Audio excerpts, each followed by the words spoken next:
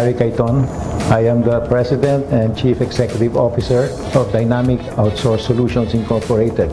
It's better known as DOS Uno or DOS One.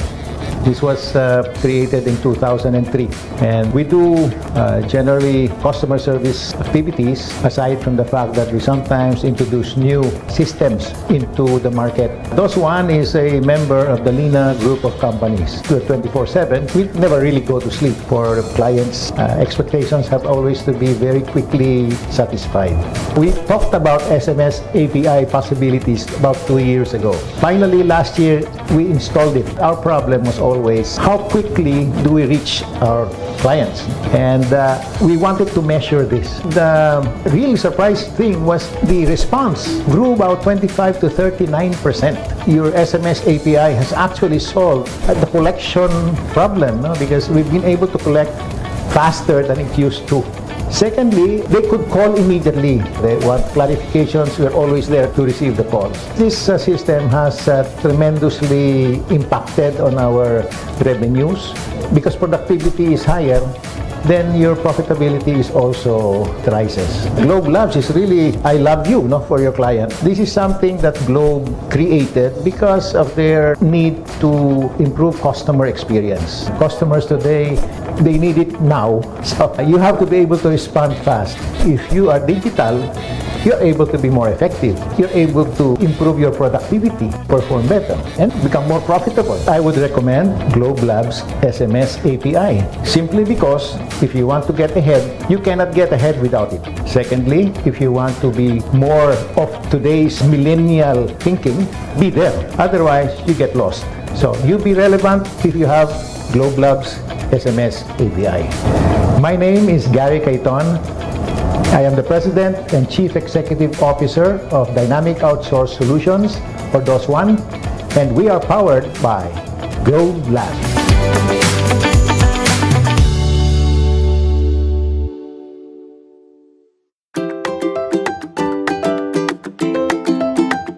Ako si Emelita Candia. Right now, ako yung OIC General Manager ng Casoreco 2. I am Rolando Pante, presently the Institutional Services Department Manager of Casoreco 2. Ako si June Fuliante ng Casoreco 2. Ako ang Head ng Network Administration.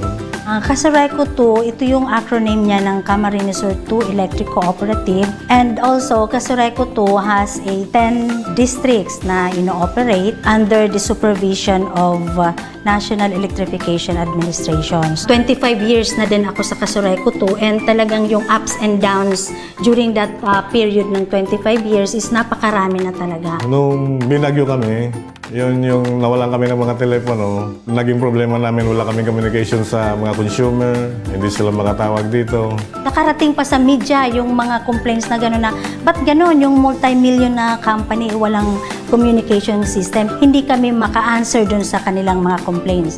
So, doon pumasok yung Globe Telecom. Our ITs sees that Globe catered our needs when it comes to communications. Yung IPPBX ng Globe na naka-program sa amin ngayon is meron siyang mga features gaya nung call log, call conference, call transfer. And also, meron pa kami nung caller ID. So right there sa telephone unit, nakikita mo na kung sino yung tumatawag. Yung talagang result ng having this IPPBX is napadali yung communication line namin between Casoreco 2 and the consumers. Communication is very vital aspect in our operations. Tinitingnan namin with Globe na maging partner kami for the future na mga programs. Yun yung nagustuhan ko talaga sa part ng Globe. Not only doon sa naibigay nilang convenience with our consumers, with our operation, pero yung pa ring relationship na talagang may puso yung kanilang ginagawa for the customer.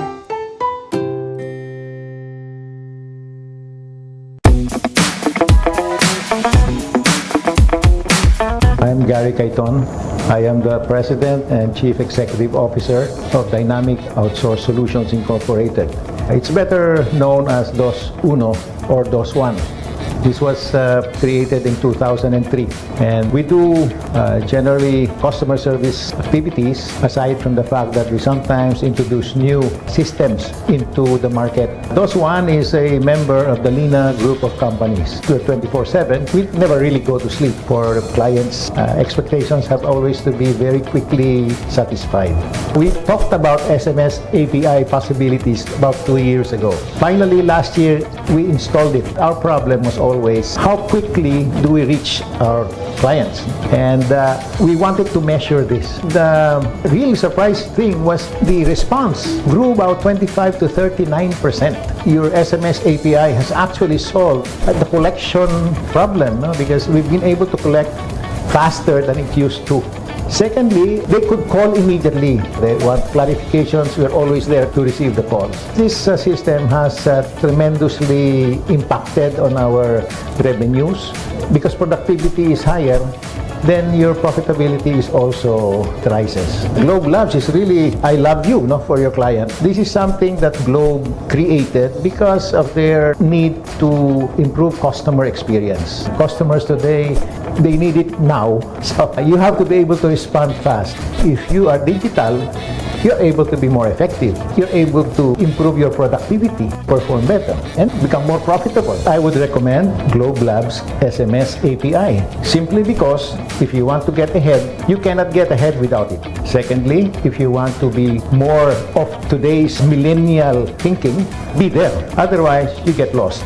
So you be relevant if you have Globe Labs SMS API. My name is Gary Cayton. I am the President and Chief Executive Officer of Dynamic Outsource Solutions, or DOS1, and we are powered by Globe Labs.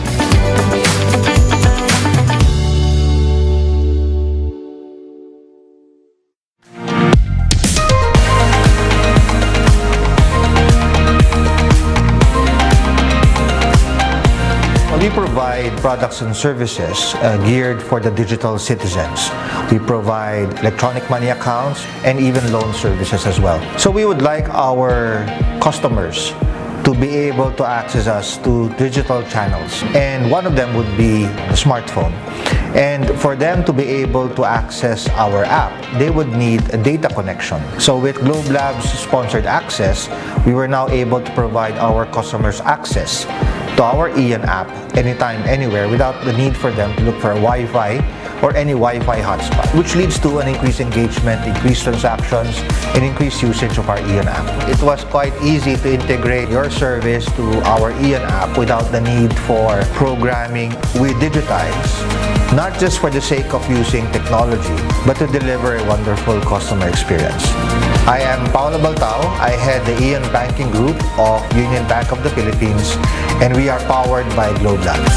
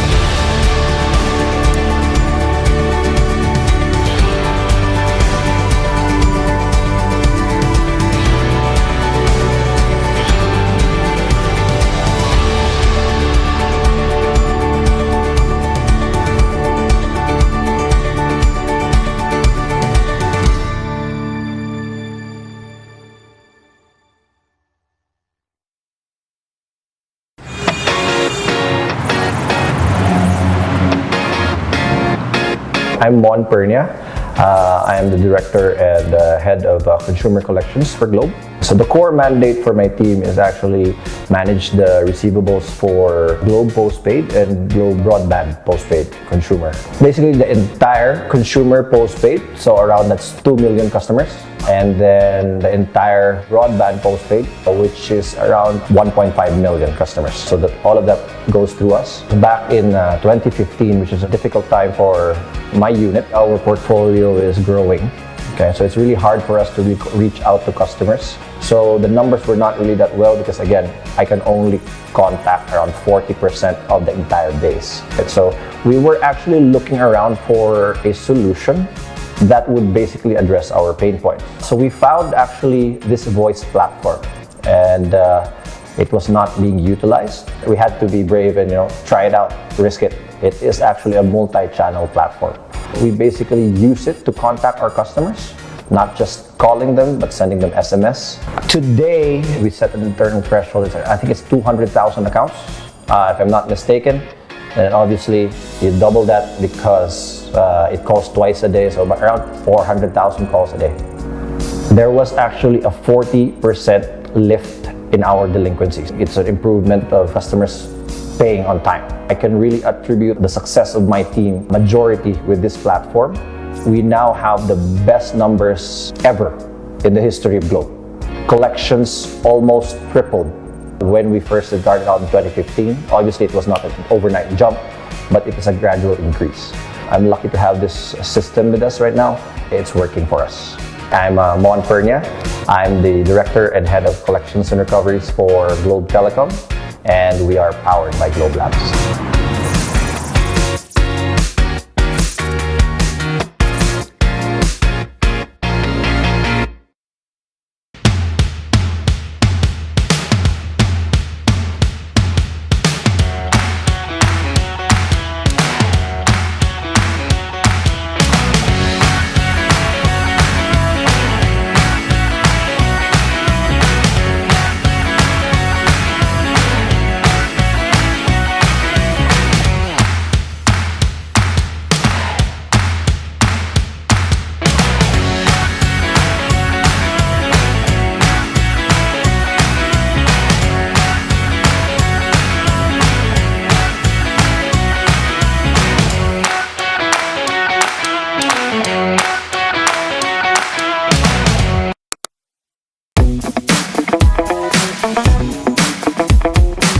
I'm Gary Caiton. I am the President and Chief Executive Officer of Dynamic Outsource Solutions Incorporated. It's better known as DOS Uno or DOS One. This was created in 2003, and we do generally customer service activities aside from the fact that we sometimes introduce new systems into the market. DOS One is a member of the Lina group of companies. 24/7, we never really go to sleep. For clients, expectations have always to be very quickly satisfied. We talked about SMS API possibilities about 2 years ago. Finally, last year, we installed it. Our problem was always how quickly do we reach our clients, and we wanted to measure this. The really surprising thing was the response grew about 25 to 39%. Your SMS API has actually solved the collection problem, no? Because we've been able to collect faster than it used to. Secondly, they could call immediately. They want clarifications. We're always there to receive the calls. This system has tremendously impacted on our revenues because productivity is higher.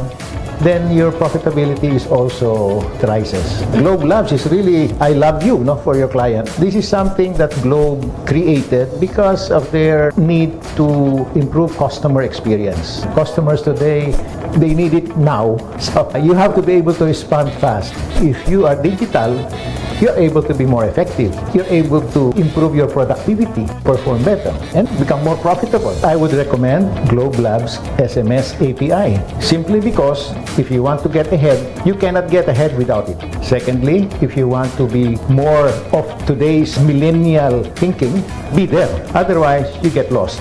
So you be relevant if you have Globe Labs SMS API. My name is Gary Caiton. I am the President and Chief Executive Officer of Dynamic Outsource Solutions, or DOS One, and we are powered by Globe Labs.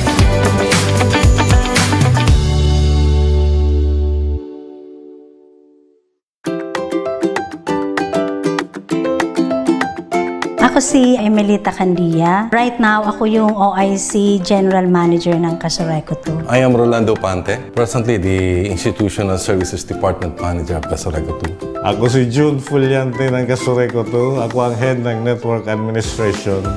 Casoreco 2, ito yung acronym niya ng Camarines Sur 2 Electric Cooperative. And also, Casoreco 2 has a 10 districts na ino-operate under the supervision of National Electrification Administration. 25 years na din ako sa Casoreco 2 and talagang yung ups and downs during that period ng 25 years is napakarami na talaga. Nung binagyo kami, yun yung nawalan kami ng mga telepono, naging problema namin, wala kaming communication sa mga consumer, hindi sila makatawag dito. Nakarating pa sa media yung mga complaints na gano'n na, ba't gano'n yung multi-million na company walang communication system? Hindi kami maka-answer dun sa kanilang mga complaints. So, doon pumasok yung Globe Telecom. Our ITs sees that Globe catered our needs when it comes to communications. Yung IPPBX ng Globe na naka-program sa amin ngayon is meron siyang mga features gaya nung call log, call conference, call transfer. And also, meron pa kami nung caller ID. So right there sa telephone unit, nakikita mo na kung sino yung tumatawag. Yung talagang result ng having this IPPBX is napadali yung communication line namin between Casoreco 2 and the consumers. Communication is very vital aspect in our operations. Tinitingnan namin with Globe na maging partner kami for the future na mga programs. Yun yung nagustuhan ko talaga sa part ng Globe. Not only doon sa naibigay nilang convenience with our consumers, with our operation, pero yung pa ring relationship na talagang may puso yung kanilang ginagawa for the customer.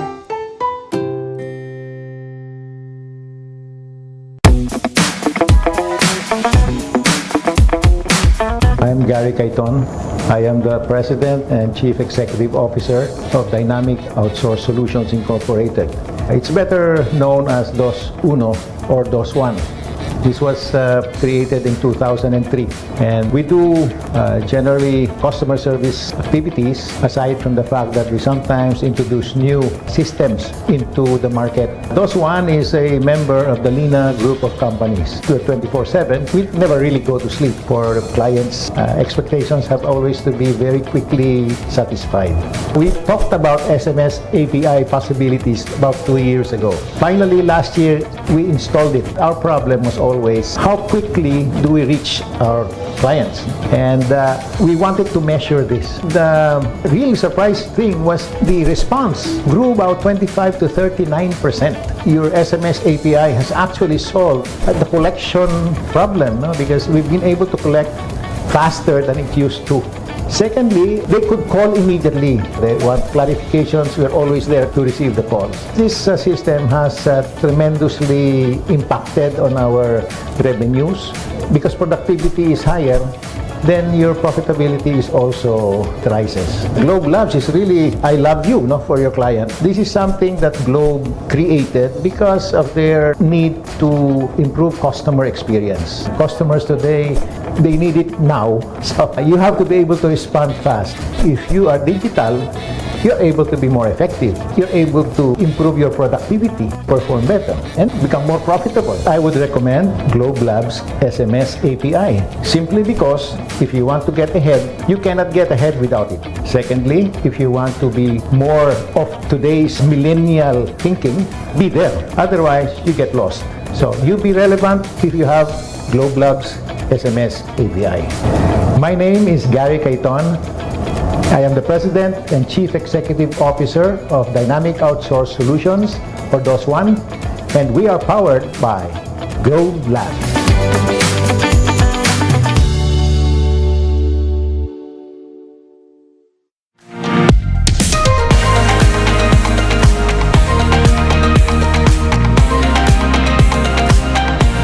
We provide products and services geared for the digital citizens. We provide electronic money accounts and even loan services as well. So we would like our customers to be able to access us to digital channels. And one of them would be the smartphone. And for them to be able to access our app, they would need a data connection. So with Globe Labs sponsored access, we were now able to provide our customers access to our Ian app anytime, anywhere, without the need for them to look for a Wi-Fi or any Wi-Fi hotspot, which leads to an increased engagement, increased transactions, and increased usage of our Ian app. It was quite easy to integrate your service to our Ian app without the need for programming. We digitize, not just for the sake of using technology, but to deliver a wonderful customer experience. I am Paolo Baltao. I head the Ian Banking Group of Union Bank of the Philippines, and we are powered by Globe Labs.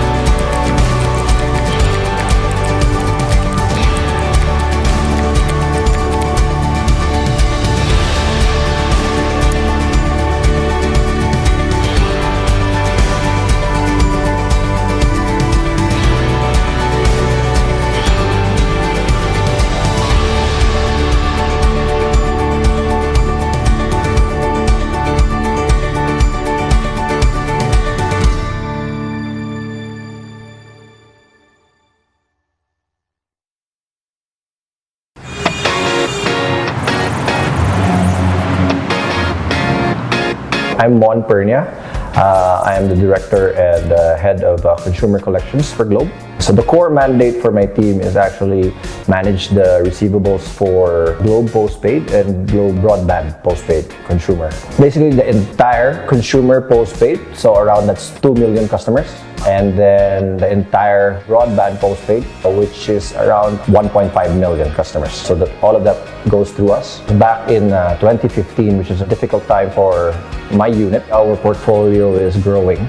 Okay, so it's really hard for us to reach out to customers. So the numbers were not really that well because again, I can only contact around 40% of the entire base. Okay, so we were actually looking around for a solution that would basically address our pain points. So we found actually this voice platform, and it was not being utilized. We had to be brave and try it out, risk it. It is actually a multi-channel platform.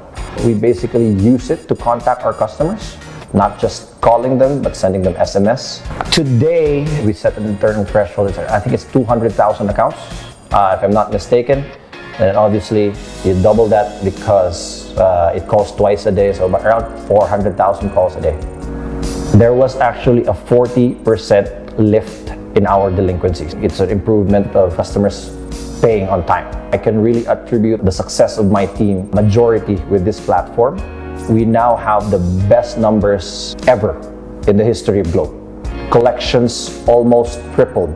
When we first started out in 2015, obviously it was not an overnight jump, but it was a gradual increase.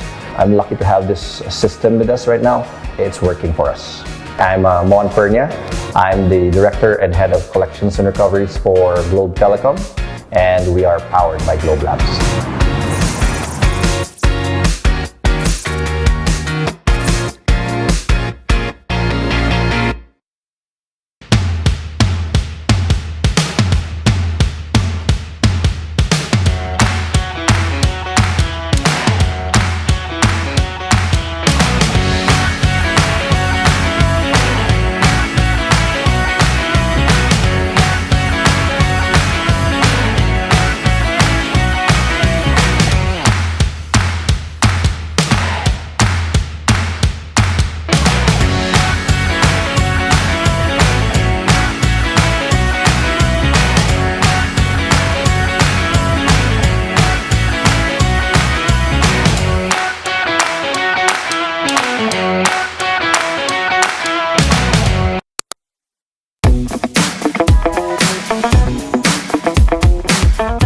Gary Cayton. I am the President and Chief Executive Officer of Dynamic Outsource Solutions Incorporated. It's better known as DOS Uno or DOS One. This was created in 2003, and we do generally customer service activities aside from the fact that we sometimes introduce new systems into the market. DOS One is a member of the Lina group of companies. We're 24/7. We never really go to sleep. For clients' expectations have always to be very quickly satisfied. We talked about SMS API possibilities about 2 years ago. Finally, last year, we installed it. Our problem was always how quickly do we reach our clients, and we wanted to measure this. The really surprising thing was the response grew about 25 to 39%. Your SMS API has actually solved the collection problem, no? Because we've been able to collect faster than it used to. Secondly, they could call immediately. They want clarifications. We're always there to receive the calls. This system has tremendously impacted on our revenues because productivity is higher. Then your profitability is also rises. Globe Labs is really, I love you, no, for your client. This is something that Globe created because of their need to improve customer experience. Customers today, they need it now. So you have to be able to respond fast. If you are digital, you're able to be more effective. You're able to improve your productivity, perform better, and become more profitable. I would recommend Globe Labs SMS API, simply because if you want to get ahead, you cannot get ahead without it. Secondly, if you want to be more of today's millennial thinking, be there. Otherwise, you get lost. So you be relevant if you have Globe Labs SMS API. My name is Gary Cayton. I am the President and Chief Executive Officer of Dynamic Outsource Solutions, or DOS One, and we are powered by Globe Labs.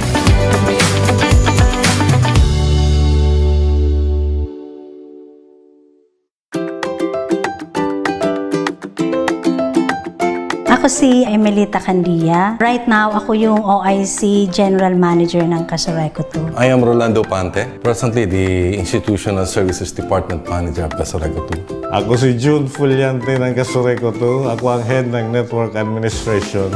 Kasureco 2, ito yung acronym niya ng Camarines Sur 2 Electric Cooperative. And also, Kasureco 2 has a 10 districts na ino-operate under the supervision of National Electrification Administration. 25 years na din ako sa Kasureco 2, and talagang yung ups and downs during that period ng 25 years is napakarami na talaga. Nung binagyo kami, yun yung nawalan kami ng mga telepono, naging problema namin, wala kaming communication sa mga consumer, hindi sila makatawag dito.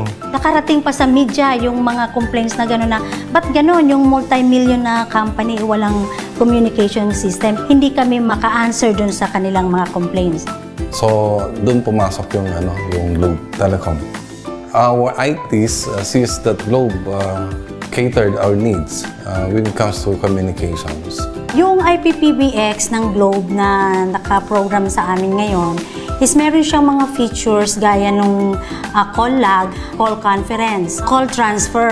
And also, meron pa kami nung caller ID. So, right there sa telephone unit, nakikita mo na kung sino yung tumatawag. Yung talagang result ng having this IPPBX is napadali yung communication line namin between Kasureco 2 and the consumers. Communication is very vital aspect in our operations. Tinitingnan namin with Globe na maging partner kami for the future na mga programs. Yun yung nagustuhan ko talaga sa part ng Globe. Not only doon sa naibigay nilang convenience with our consumers, with our operation, pero yung pa ring relationship na talagang may puso yung kanilang ginagawa for the customer.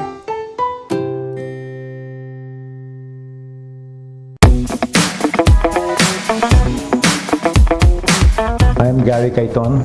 I am the President and Chief Executive Officer of Dynamic Outsource Solutions Incorporated. It's better known as DOS Uno or DOS One. This was created in 2003, and we do generally customer service activities aside from the fact that we sometimes introduce new systems into the market. DOS One is a member of the Lina group of companies. 24/7, we never really go to sleep. For clients, expectations have always to be very quickly satisfied. We talked about SMS API possibilities about 2 years ago. Finally, last year, we installed it. Our problem was always how quickly do we reach our clients, and we wanted to measure this. The really surprising thing was the response grew about 25 to 39%. Your SMS API has actually solved the collection problem, no? Because we've been able to collect faster than it used to. Secondly, they could call immediately. They want clarifications. We're always there to receive the calls. This system has tremendously impacted on our revenues because productivity is higher.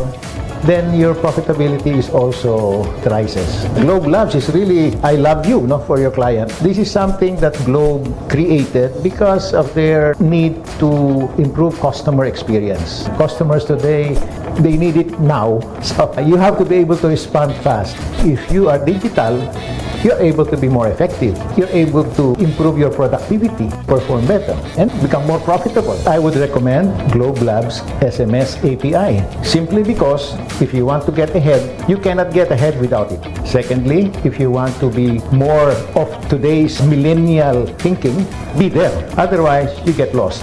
So you be relevant if you have Globe Labs SMS API. My name is Gary Cayton.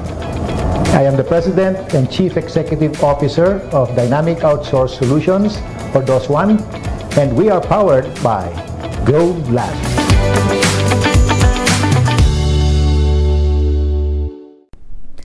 Globe Business Academy, in partnership with Certified Digital Marketer, the official educational partner of the Internet and Mobile Marketing Association of the Philippines, presents a webinar on digital marketing for financial institutions. This is an exclusive and free online event of Globe Business that intends to introduce tools and techniques that financial institutions may utilize to deliver digital marketing for your business. In their sole discretion, the Masterclass on digital marketing for financial institutions administrators have the right to mute and impose action to any inappropriate, abusive, obscene, illegal, disruptive, and or otherwise deemed contrary to law or public morals without prior notice. Any information shared during the live stream will be viewable by other participants in the webinar. We discourage participants from sharing personal information such as name, location, contact details, and other sensitive information in the comment section for your own protection. Globe Business, their affiliates, partners, representatives, and all staff and employees involved in this event shall not be liable for any unauthorized distribution or malicious use of information. The views and opinions expressed by the host or live guests do not necessarily reflect the position of Globe Business Academy's Masterclass, its management, and Globe Telecom. Globe afternoon, everyone. Thank you so much for tuning in. We will begin our webinar shortly. We are using Zoom webinar today. For our audience, please note that we have temporarily disabled your audio. For better experience, make sure to connect to a stable internet source to avoid unintentional disconnection to our virtual webinar room. In case you lose connection to our virtual meeting room, refresh or reload the link to our virtual webinar room to re-access our webinar session. If you have any questions and queries for our speakers, please click the chat box to send a direct message to our webinar, and we will try to address it during the Q&A portion. Lastly, this webinar is recorded for documentation purposes. Thank you.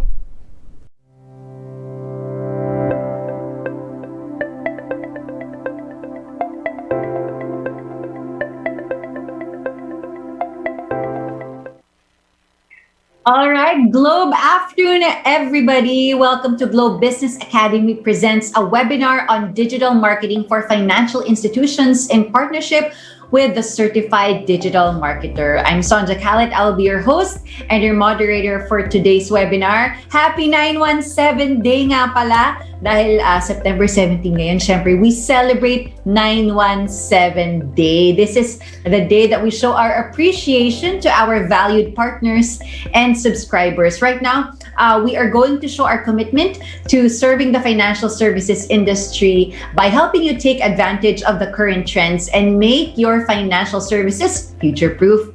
I hope everyone already has their notebooks, or kung digital man ang inyong notebook, I hope you have it ready as well so that you can take down all the important learnings and best practices coming from our subject matter experts. So again, our webinar today is about digital marketing for financial institutions, which is actually the third and last in a series of webinars for the finance industry. We actually had our first one last April about business continuity planning. Our second was last July about data privacy and security. And here we are with our third and final one. In this webinar, Globe Business Academy, together with the Certified Digital Marketer, or CDM for short, aims to introduce tools and techniques that financial institutions may utilize to deliver digital marketing for your business. We encourage you to please stay until the very end of the webinar and answer our post-event survey for a chance to win and be one of the 5 lucky winners of 1,000 pesos GCash credits. Well, with that being said, to introduce our guest of honor today, allow me to call on screen the head of acquisition marketing for Globe Business, Miss Ann David. Miss Ann? Good afternoon, everyone, and happy 917 Day. I'd like to welcome all our guests from the financial services industry and valued partners from the Rural Bankers Association of the Philippines, Chamber of Pawnbrokers of the Philippines, Microfinance Council of the Philippines, Microinsurance MBA Association of the Philippines, Model Cooperative Network, and cooperative leagues and unions from all over the country. Thank you for being here with us for this masterclass. I've been a marketing professional for more than 2 decades, and I've seen how much marketing has changed. Maybe until 5 years ago, you needed millions of pesos to be able to advertise on channels that would get your target market's attention. You'd probably be spending millions of pesos on billboards, newspaper ads, radio ads, or even a TV commercial. MSMEs, like a lot of you here, were hard-pressed to compete with larger financial institutions. But going digital is a great equalizer. Now you can promote your business for a much lower cost and be just as effective. Moreover, with digital marketing, you can communicate financial services and financial literacy programs to those that didn't have access to them before. A busy housewife might not get to see a billboard, but she may interact with you in your Facebook and social media posts. A farmer may not get to see your newspaper ad, but he can surely receive your SMS message on the financial services that could be very helpful to him. Great leaders have said that in this increasingly digital world, it's no longer the big beating the small. It's the fast beating the slow. This is why Globe Business is happy to organize events like these to show support to our banks, cooperatives, pawn shops, insurers, and microfinance institutions. By hosting this free learning session on digital marketing, we aim to help your organization keep up with the increasingly digital lifestyle of your members and clients quickly and effectively. And we are thankful to our speakers today for sharing their expertise with us. Today's session is the third and last in a series of webinars for the finance industry. We at Globe Business aim to provide capacity building programs such as these, partnered with our wide range of digital solutions from reliable internet and branch connectivity to affordable marketing solutions so that your financial institution can continue the journey for greater financial inclusivity. Without further ado, allow me to introduce our special guest. Our guest of honor is a board member of the Internet and Mobile Marketing Association of the Philippines and the president and co-founder of David and Goliath, an organization that provides business and market intelligence to help organizations make calculated, performance-driven decisions. Prior to founding David and Goliath, Miko was previously my colleague. He was the Marketing Communications Director and Head of Digital for our team, Globe Telecom's micro, small, and medium business, where he oversaw all branding performance, marketing initiatives, social media activities, as well as data collection and attribution. Before Globe, he lived and worked in Madrid, Spain, where he served at the global new business headquarters of Havas Media, overseeing new business and implementations across 130 markets. He was also based in the regional office in Singapore, where he served as senior digital manager, leading digital campaigns for several markets. Mr. David has conducted training for various PSE-listed corporations and has spoken at numerous events around the country to speak about digital trends, various types of online analytics, or online consumer insights. It is with my great honor to call on screen Mr. Miko David. Thank you, Anne. Thank you. Hello everyone. Today I'll give some welcoming remarks on, let's say, consumer opportunities for the financial institutions. No? And for this talk, I just wanted to highlight our outline, no? At least very, very quickly lang what to expect for today. So I'll talk about online demand in the Philippines, but specifically with regard to personal loans, business loans, and of course with regard to rural banks and commercial banks.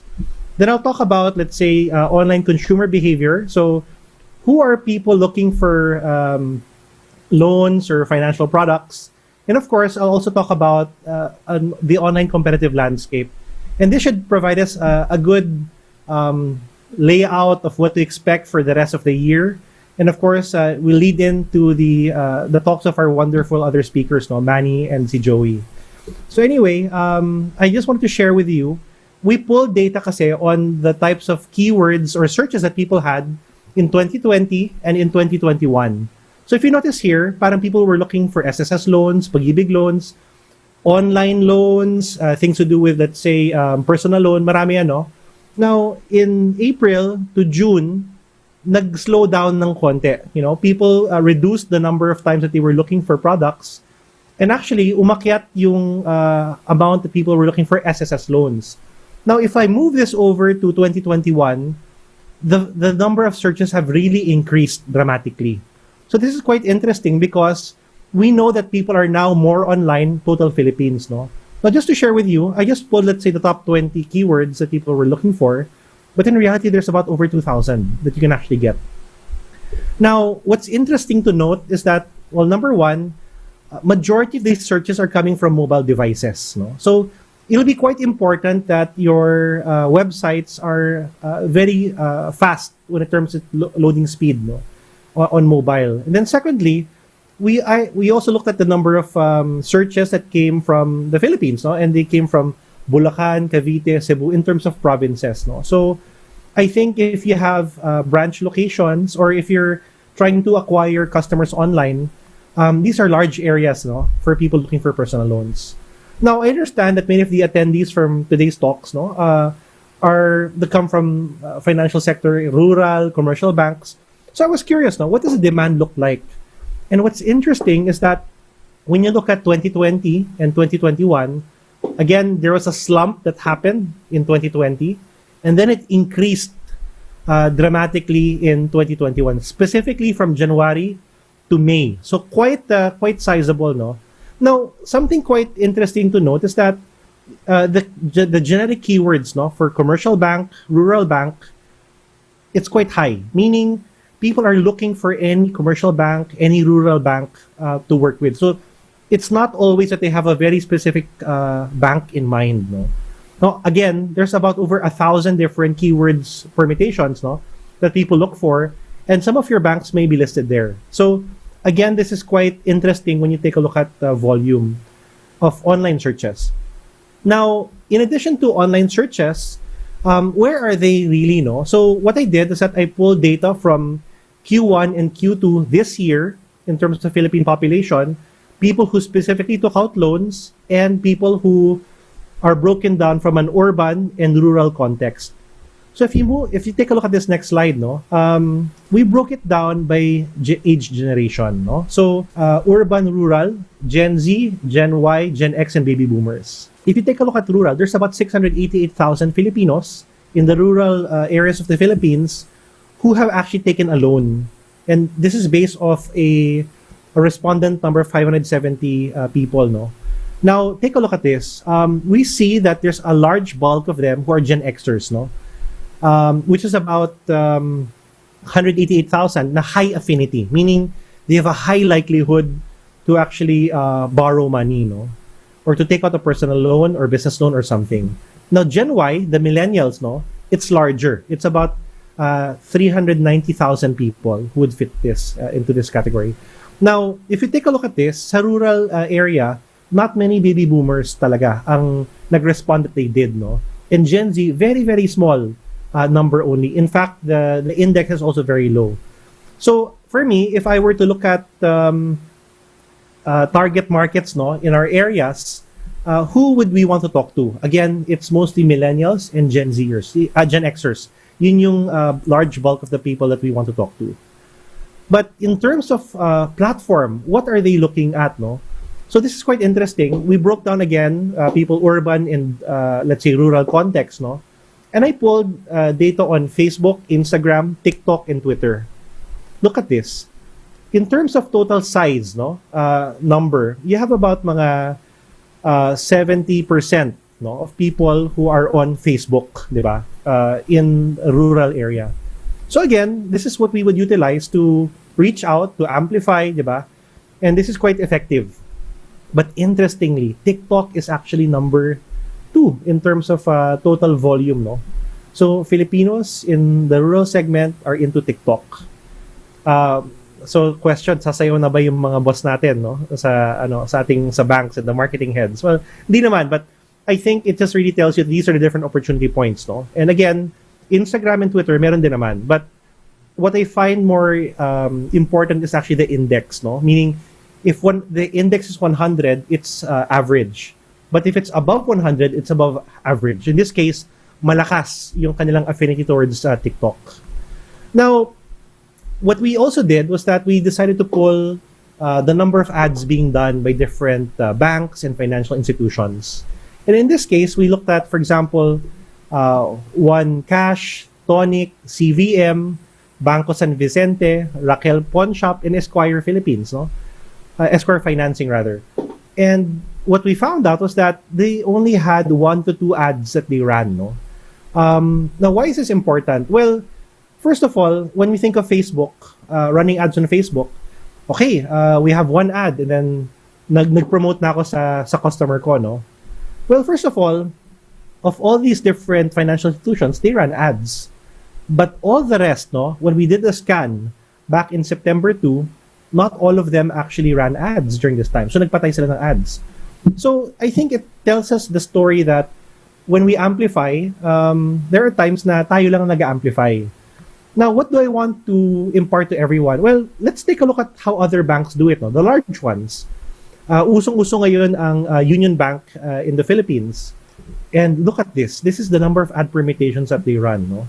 So pansin mo, sa Facebook ads nila, Union Bank Online, 22 different ads. They promote their promos, 4 ads for promos. They talk about their advocacies on Money Mule, 2 ads. EasyPay, 2 ads. Credit card, 7 ads. MSME Business Banking, 4 ads. All of this on Facebook. So, if you just compare that we had 1 ad, 2 ads, they have about mga 15, 20, 30 ads all running at the same time. No? Now, for us, we also looked at other platforms that they were doing. So, Union Bank was doing display ads, yung mga banner ads that we see on websites. In terms of content on Facebook and YouTube, marami din silang nilatag. No? So, I think I just want to impart to everyone that yes, we could be boosting ads, but you can experiment and try many different types of permutations. Out of curiosity, I also looked at apps, no? Si Como has about 73 ads that they're running on Facebook. So again, this is their approach, no? Now, I just want to share with everyone that what if I don't have the budget to run 73 ads? I think the mindset here is that you can have multiple ads and then the platform will A/B test, will experiment which is the best performing material, no? And again, we've seen this in the banking sector. Some banks have done 1,000 ads, iba naman 30 ads, iba naman 5 that they cycle through. So I think for some of us in this call, you might want to explore trying many different types of ad permutations, all right? Now, syempre, we're doing all these amplifications and some of us have apps, no? And syempre, parang binulgar ko na sa lahat, no? But I think if you take a look at the past 12 months, no, of let's say OneCash and Tonic, the amplifications being done by Tonic has increased their volumes, no, of downloads, daily active users, and unique installs over time. So in March of this year, no, so kumbaga they were more quiet and then umakyat. It was quite good in comparison, no, if you take a look at that.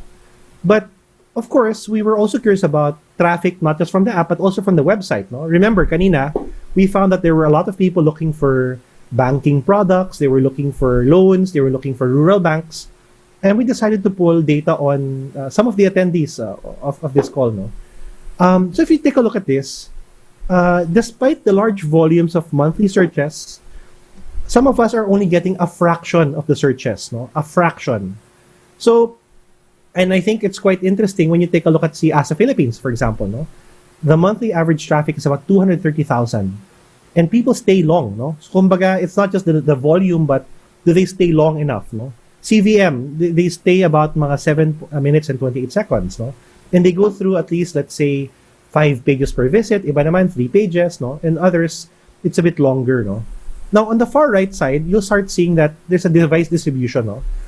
And most of it, all these parang dark bars are specific to desktop searches. So again, they're doing it on their desktop. Why is that, no?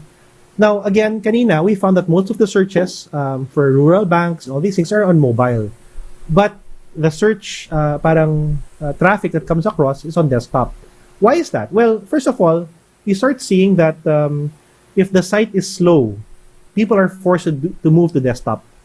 So again, you might want to revisit all these things. Now, I guess the last point I want to highlight is that, okay, we start seeing that consumers have a high demand for products and services. Second, they're skewed towards certain platforms and a certain gender, and may kanya-kanya tayong latag, no, in terms of amplifications. But I think what's quite interesting is if you take a look at the technology being done underneath, no. So what our team did is that we looked at the different advertising technology platforms that were embedded on the websites. So if you notice here, you'll start seeing some common denominators, no? Everyone has Google Analytics. Others have Facebook ads or Facebook remarketing ads installed. Others naman have more platforms, no? With parang that connect to, for example, server analytics, things like that. Now, just to share with everyone, in some sectors like automotive industry, in the airline industry, petroleum industry, they would have about 13 to, let's say, 20 different advertising technology platforms. They even measure, let's say, the traction of people inside the website and all these things, no? So if I have to tell everyone, the world is not just Facebook and Google, but in fact, there's a lot of other trackers that you can install to your website so that you can acquire customers more efficiently. Yung iba, they have trackers for TikTok, they have trackers for LinkedIn, for Twitter, may ganon. So you might want to keep an open mind to say na, oh, there's different technologies that we can install to make our digital marketing way more efficient, no? So, ang dami natin nakita today. Now, if I just have to summarize everything for this call, no? Well, number one, online demand for loans or rural or commercial bank services in 2021 has increased, no? And it might be good for us to take the opportunity to capture customers online. And secondly, we recall that Gen X and Millennial Filipinos are the most interested in terms of loans, no? From a rural-urban setting, right? And from this, we found that Facebook and TikTok are the two top platforms in terms of volume and in terms of affinity. And then finally, we find that because of the landscape, no, iba-iba yung latag. Some people are more aggressive on Facebook. Some people have invested in other analytics platforms. Others are doing other things. So you might want to explore different executions. And just because the investment of each company or each bank is very different. So you may want to keep this in mind, no? So that you can plan and then you can strategize ahead. Because, again, there's a lot of opportunity because not everyone is leveraging the opportunity at the moment. So that's my presentation. In case that there's more questions, will be available siguro later, or if you want a copy of the presentation or more data, I've provided a copy to our friends from Globe Business. No, so there. Thank you so much, and hope to hear from everyone later on. Thank you so much. Thank you so much, Sir Miko. Grabe. Umpisa pa lang, welcoming message pa lang, there's already a lot of information and very informative. And I'm sure that the data that Sir Miko gave will be helpful in assessing the current digital marketing strategies being used in the industry. And I hope that you all are inspired to transform and grow your business through digital marketing. At baka hanap talaga kayo ng strategy that will really help your business thrive and grow, diba? Good thing that we have subject matter experts lined up to introduce digital marketing trends, tools, and techniques that financial institutions can really take advantage of. So bago tayo magsimula, pakita nyo naman, thumbs up naman, reaction, para lang ma-engage tayong lahat today and lalo pang ma-excite. Ayan, pakita ang thumbs up. Ayan, no, madami na. Alright, since excited na kayo, excited na rin akong introduce ang ating first speaker. Our first speaker handles oversees multidiscipline strategy development for brand, communications, engagement, digital, data, PR, and experience design domains for Ogilvy, Philippines. He has been in the brand and marketing communication industry for 16 years and has developed marketing communication as well as data and digital strategies for brands of Nestle, Unilever, Procter & Gamble, Asia Brewery, NBA, and BDO, among others lang naman po. He is also a track chair and subject matter expert for the Digital Marketing Fundamentals Program at the Certified Digital Marketer, the Philippines leading provider of digital marketing training and transformation solutions. Under this program, he teaches search, display, social, CRM, e-commerce, CX, and emerging technology. So let us all welcome the CDM Program Chair and Ogilvy Philippines Head of Consulting and Strategy Director, Mr. Manny Gonzalez. Thank you, Sonja, and good day, good afternoon to everyone, and welcome to my session on strategies for digital marketing for financial institutions. So I think this session will actually take you through the basics of digital marketing, especially during this time, and how you apply it in the field of your industry right now. For the past year or so, Filipinos have been accustomed to the different changes that are happening in the environment. Why? Because of the pandemic. And the leading change that we're seeing is yung adoption natin when it comes to digital. What do we mean by this? More and more Filipinos right now are getting used to transacting digitally. Yung mga QR codes na nakikita natin sa supermarket, sa grocery, sa payments that we are seeing like online banking or money transfers. Also, nasanay na rin tayo sa work from home at learn from home. All of these changes happened a lot during the past year. According nga to Google and Temasek, sabi nila, this is the fastest adoption rate that we are seeing in how many years past. And they are seeing as well na itong change na to will remain the same even after the pandemic. Kahit matapos na itong pandemic na to at bumalik na tayo ulit sa physical world natin, no? Ganito rin yung magiging behavior nila. Maraming practices in digital na mariretain tayo. And a lot of the questions now arise. During the past year, past months, people are saying, you know what, at this point in time, dapat mag-transition, mag-transform na tayo. Go to digital. Okay? Digital way of doing things, and even digital marketing. But the thing is, we still hear a lot of statements from our colleagues, mga partners sa negosyo, sa business, mga customers, mga kliyente natin. Sinasabi nila na, nag-digital marketing na kami, gumawa na kami ng app, gumawa na kami ng website, pumunta na kami sa e-commerce, may Facebook page na kami na nagbibenta na rin at nag-push ng mga produkto, pero bakit parang hindi pa rin gumagana? And this is where we now need to look into your strategy in digital marketing.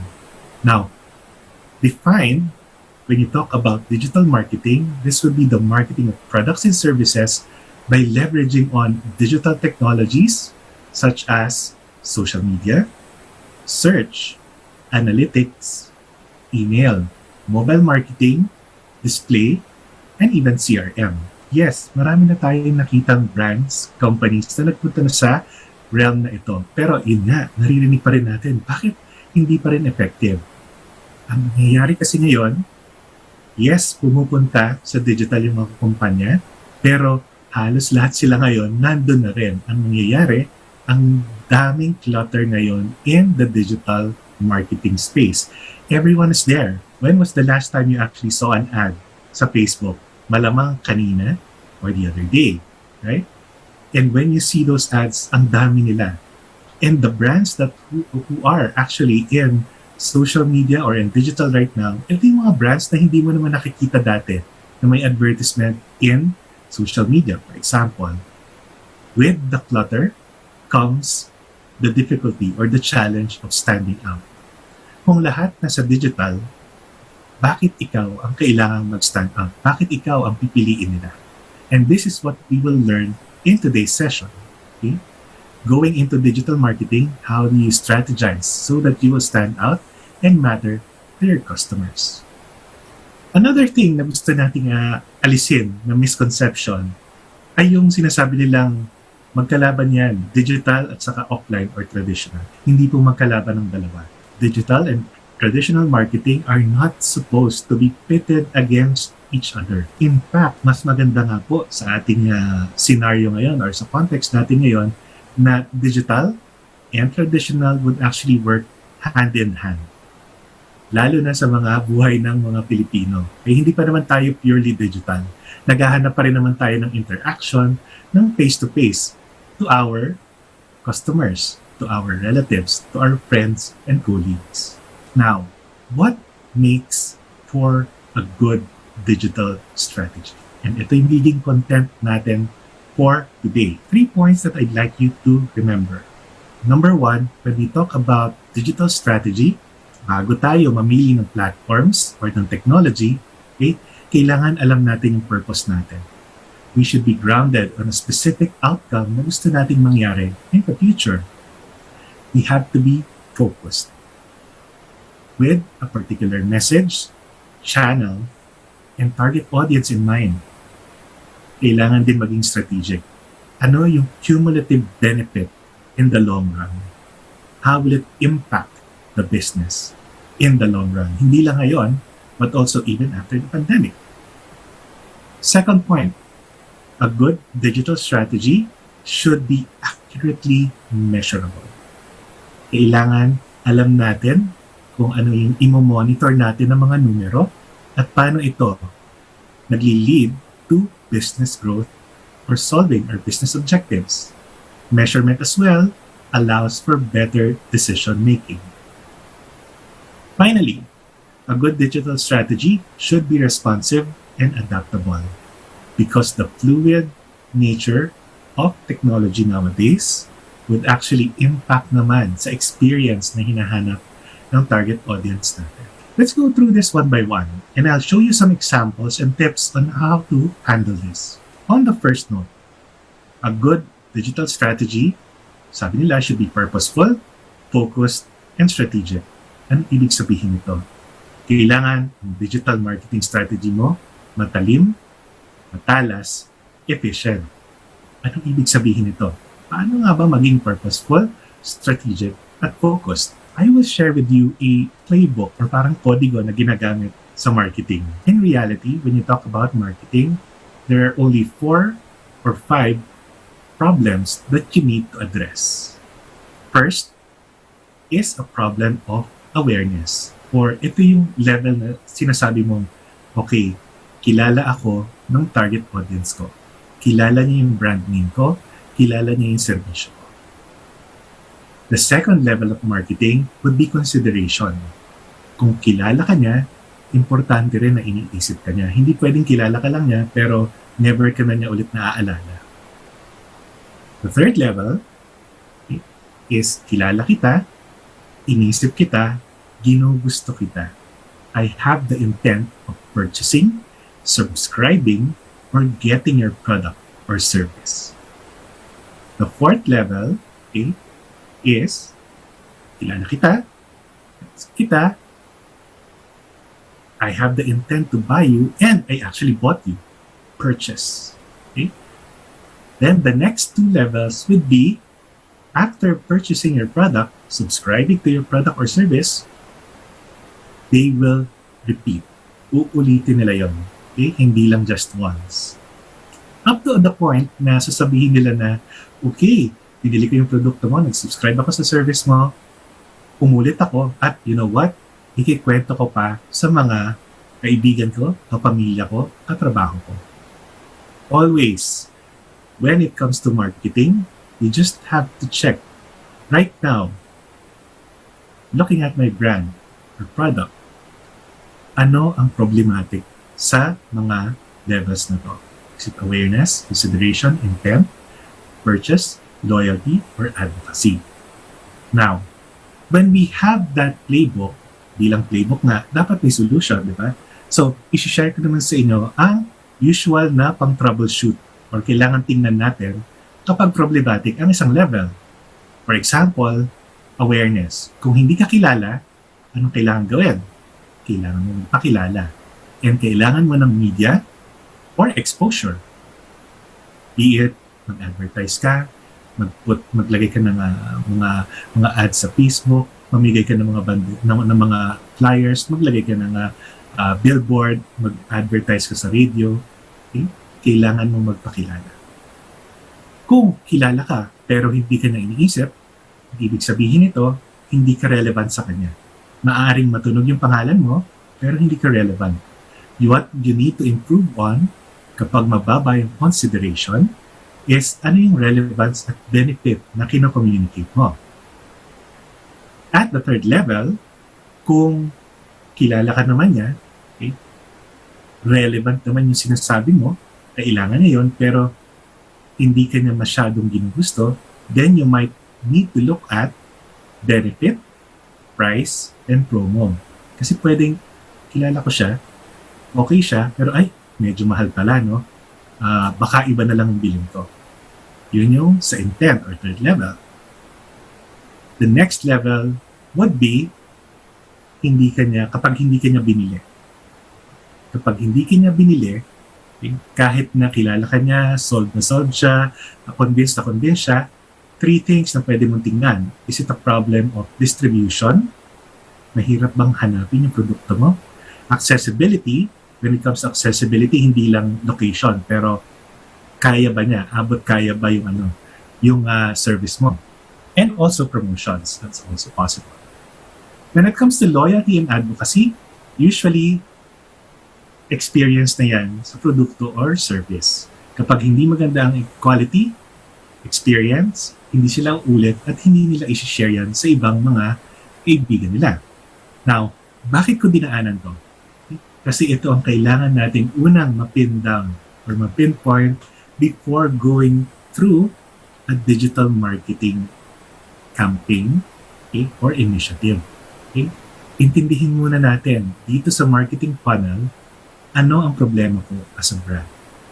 Awareness, consideration, intent, purchase, loyalty, or advocacy. Kasi kung malaman mo na yung problema mo, for example, ang problema mo is kilala ka ng tao pero hindi ka nila iniisip, then alam mo kung ano yung aayusin mo. Which is, in this case, kailangan galingan ko pa yung pag-offer ng relevance ko or ng benefit ko. Yun din sa digital marketing. Parehong-pareho lang yan. Kapag sa brand mo or sa service mo, hindi ka kilala, kapag ginamit mo na yung digital marketing, ano yung mga pwede mong gamitin? Para magpakilala ka in digital marketing, pwede kang mag-boost ng mga ads sa Facebook, pwede kang mag-email ng mga customer mo or potential customers mo, or pwede mo silang SMS para magpakilala. Kung kilala ka nila pero hindi ka nila iniisip, okay? Tandaan natin, maiisip ka nila kapag medyo tinitingnan na nila yung mga features or yung mga ino-offer mo. Kapag gano'n na yung mindset ng consumer, ano yung features, ano yung offer, okay? Mas mahal ba siya or mas mura versus the other brand? Okay? Then, iba na yung mga digital marketing platforms or tools na gagamitin mo. Pwedeng dito na ngayon yung papasok yung search ads mo sa Google. Pwedeng ads na nakikita niya sa, let's say, sa Facebook na nagko-compare ng dalawang produkto. Or mga ads na ang pinapakita, features. Diba? Tinatapatan yung features, lahat ng benefits para ma-strengthen yung consideration level. Kung iniisip ka na pero hindi ka niya masyadong ginugusto, i-push mo ng konti, bigyan mo ng offers, promotions, discounts via SMS or email. Para ma-ensure naman na bibilin ka, again, going back to digital, anong pwede mong gamitin? Make sure na kung gustong-gusto ka na nila, gawin mo ng madali para sa consumer or sa customer na mag-sign up na makabili. In the case of financial institutions, in digital, in our context, kapag game na yung potential client natin, usually ang nagiging deterrent or pahirap para ma-convert into a lead or conversion purchase, yung application itself. So one example lang yan. Nahihirapan sila, ang dami namang kailangan, ayaw pa na nga. Ang dami naman hinihingi, bukas na lang until makalimutan na nila. And with that, mag-iiba rin yung digital marketing strategy mo. Ang gagawin ko, dadalian ko yung aking application strategies or mas dadamihan ko yung points wherein pwede siya mag-apply. Be it sa website, sa app, pwedeng SMS kung kaya, or sa mga kiosk sa labas ng bahay. Pagdating sa loyalty and advocacy, ang importante dito sa digital would be good and responsive customer service. Okay? Pwedeng sa email, sa SMS, or sa social media. The more na nakikita nilang attentive ka sa mga kailangan nila, okay, the more na magiging loyal sila, at the more na sasabihin nila, uy, alam mo ba, ang experience, ang brand experience ko dito sa company na to, very good. Highly recommended for you. Ngayong nakita na natin yung link or connection ng different marketing problems sa mga posibleng pwede mong gamitin na digital marketing tools, ito naman yung gusto kong iwan sa inyo. Pag-isipan nyo lang sandali. Aling bahagi ng digital marketing funnel mas nangangailangan ng tulong ang aking company or business. Okay? Parang homework na rin natin yan. Sa funnel, alin dyan ang kailangan nating pagtuunan ng pansin? Usad naman tayo sa pangalawang point. A good digital strategy should be accurately measurable. Ano nga ba ang dapat mo i-monitor pagdating sa isang digital marketing campaign? Bukod sa likes and followers, okay, marami pang ibang metrics na pwede mong tingnan. And again, kukuha tayo ng inspiration dito mula sa marketing funnel na nakita nyo kanina. In digital marketing, lalo na sa pagsukat or pagmamonitor ng success or progress, merong katumbas na funnel na ginagamit. Kung kanina, ang ginamit natin is the awareness, consideration, intent, purchase, loyalty, and advocacy funnel. Sa pag-measure naman, RACE framework ang tawag natin dito. Reach, which is actually awareness din. Ilan yung nakakakilala sa'yo? Act, the second one, which is consideration, intent. Doon sa kabilang funnel. Convert is purchase, and engage is loyalty and advocacy. Mas nai-engage silang umulit, mas nai-engage silang makipag-usap sa iyo as a brand or makipag-usap sa iba to talk about your product. Now, ngayong mailipat na natin sa RACE framework, ito na ngayon ang pwede nating tingnan. Ano ang mga kailangan i-monitor ngayon para malaman kung successful or hindi ang isang digital marketing campaign? So, ilang mga example lamang to, no? So, for reach, which is awareness, katulad ng funnel kanina, nabanggit din natin kanina ang strategy kapag awareness, i-promote mo yung sarili mo, magpakilala ka. Okay? Ano yung mga pwede mong tingnan or KPIs? Maghahanap ka ngayon ng ilan na nakakita ng ad ko, ilan ang impressions or views, share of voice or sa dami ng mga conversations about my category, ilang percent doon ang brand ko yung pinag-uusapan nila. Okay? Sa app or sa second level, consideration, yung iniisip ka nila at medyo may intent na sila na konti magpilin ka, ano dapat ang i-measure natin? Kung titingnan natin sa pinaka-right side ng chart na ito, engagements. Okay? Kapag hindi lang binview yung material mo, pero nag-like sila, nag-comment sila, nag-how much po sis, nag-inquire kung magkano to, or naghanap pa ng ibang details, ang tawag doon, engagement. Okay? Kapag may engagement ka, increase, or pag matagal sila sa website mo, okay, mas maraming click na ginagawa sa website mo, ibig sabihin nun, interesado sila. Okay? So, yun ang measure mo ngayon. Tingnan mo kung ilan ang engagement mo, ano yung types of engagements, marami ka bang inquiry. Now, dito ngayon nagkakaroon ng difference when it comes to reach. For reach, since awareness lang ang tinitingnan mo, okay na yung views. Malaman ko lang na maraming views, okay ka na. Pero sa app, naghahanap ka ngayon ng clues, or numbers na magpapatunay na interesado sila. Kaya importante yung mga click, yung mga likes, yung mga comments, and inquiries. Sa third level ng pag-measure natin, conversion. Well, self-explanatory, dito na ngayon papasok yung ilan yung sales, ilan yung revenue and profit ko, ilan yung positive reviews na nakuha ko because of that, ilan yung nag-enroll, or ilan yung sinabing, okay, magsa-sign up na po ako sa service nyo. And finally, engage. Do the people talk about your product even after buying it? And dito ngayon papasok yung tinatawag na earned media in social. Ano ibig sabihin nun? Yung wala ka namang binayad sa isang, let's say, influencer or celebrity, pero pinag-usapan niya yung produkto mo, or kahit non-celebrity, kahit may mga kakilala kayo na in-spread niyo yung about your service or your product, na walang bayad, kaya earned, no? It is a good sign na mataas yung engagement rate or engagement levels mo. Ano pa ba yung kailangan nating tingnan kung malakas tayo dito sa engage part? So, dito rin papasok yung satisfactory ratings, mga positive na sinasabi nila about you, and later on, mga fans and followers. Kasi, alam mong dumadami yung nasasabihan about your product or your service. Okay? So again, this is how we should be monitoring success in digital marketing. Ang inspiration ulit, yung funnel natin kanina. Ngayon, tulad ng kanina, meron din akong isang homework para sa inyo.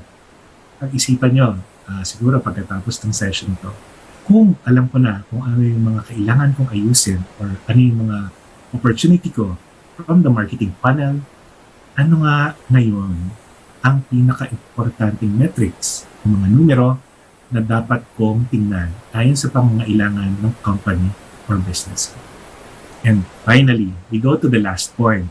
Okay? Paano maging responsive and adaptable? Okay? Paano malalaman na kailangan kong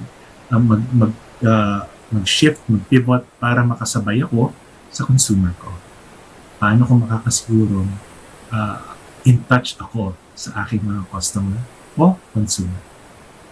Kilalanin sila sa pamamagitan ng isang target market persona. Kung wala pa kayo nito, ito na yung time na I think matututunan nyo to at kailangan nyo rin. Kung meron na kayo, maaari nyo namang strengthen or palawigin yung inyong current market persona. When you're talking about customers kasi, maraming pwedeng maging customer. No? So, we talk about them also as target markets. Isang malaking lake yan. May male, female, working, non-working, moms, young professionals, stay-at-home moms, young kids, okay? And so on and so forth. Ang daming pwedeng targetin. Potentially, there's plenty of parang fish to catch in the lake. Okay? Para ka namimingwit kasi dyan eh. Sinong gusto kong bumili. Okay? But it takes a lot of effort. Imaginein mo sarili mo na hahanapin, titingnan mo yung buong lake niya yan at sasabihin mo, okay, hulihin ko yan. Kakausapin ko ito. Kapag kakausapin mo lahat ng tao or types of target market, mauubos ang resources natin. Okay? You need, balik tayo sa analogy, you need a different type of lure or bait, to catch every kind of fish. And this is where segmenting, choosing your target audience plays a big role. Sa lahat ng posibleng pwedeng maging target audience ko, sino dito ang may mas potential ako na maging profitable? And in doing so, you now need to understand dun sa napili mong target audience or segment the following. Number one, ano yung demographics niya? So demographics are surface indicators of the population which can be determined through widely available data resources. Anong edad niya? Lalaki ba or babae? Married or single? Taga saan? Luzon, Visayas, Mindanao. Kung Luzon, Metro Manila ba or yung mga karatig na syudad? Ano yung socio-economic stats niya? And also, ano yung education level? Why do we need this? Because later on, you will see dun sa persona template natin, if we know the target audience well, mag-focus natin ngayon yung digital marketing strategy natin, and yung point number 3, di ba? Madali tayong makakasabay or madali tayong magiging in touch with this specific target market. Next, after demographics, you now also look into psychographics. Deeper psychological motivators or barriers inferred from patterns in behaviors, interests, and attitudes of different clusters within a segment. Ano ibig sabihin nito? Kung kanina, puro statistics yung tinignan mo, ngayon ang titingnan mo more on the person himself. Ano yung mga interests niya? Ano yung mga values niya? Masipag ba siya? Work hard, play hard? Okay? Kapag walang tiyaga, walang nilaga, ano yung mga motto niya in life? Kasi dito magkakaroon ka ulit ng clue kung ano yung importante at mahalaga sa kanya. Ano yung mga attitudes niya and belief systems. And finally, beyond psychographics and demographics, you also need to take into consideration yung tinatawag nating technographics. Ano naman yung technographics? So these are digital attributes and behavior that can be determined through various digital insighting tools and can be analyzed as a population. Okay? Also, you can do a zoom in into digital footprints of individuals. Ano ibig sabihin nito? Para makompleto natin yung picture natin ng target audience, kailangan din nating malaman yung mga device na ginagamit nila. Digital content na kinukonsume nila. Pagdating ba sa e-commerce, ano yung mga pinupuntahan niya? Gaano siya ka-expose sa mga ads? Nag-google ba siya? Mahilig ba siyang mag-search? Or mahilig ba siyang mag-social media? Now, if you have those 3 components, you can now determine. Okay? Kung ganyan ang psychographics, demographics, technographics, ilan tong tao na to? Okay? Market size. Is the market big enough? Okay? When I convert, let's say, a portion of that market, will I be profitable or not? Okay? Second, profitability. I think natawid ko na to, no? From that market size, gaano karami yung possible profit mo? Okay? And gaano karaming resources yung kailangan mo para maabot yung numero sa profitability. Next thing that you need to also take note of is yung tinatawag na unfair advantage. Is there product market fit?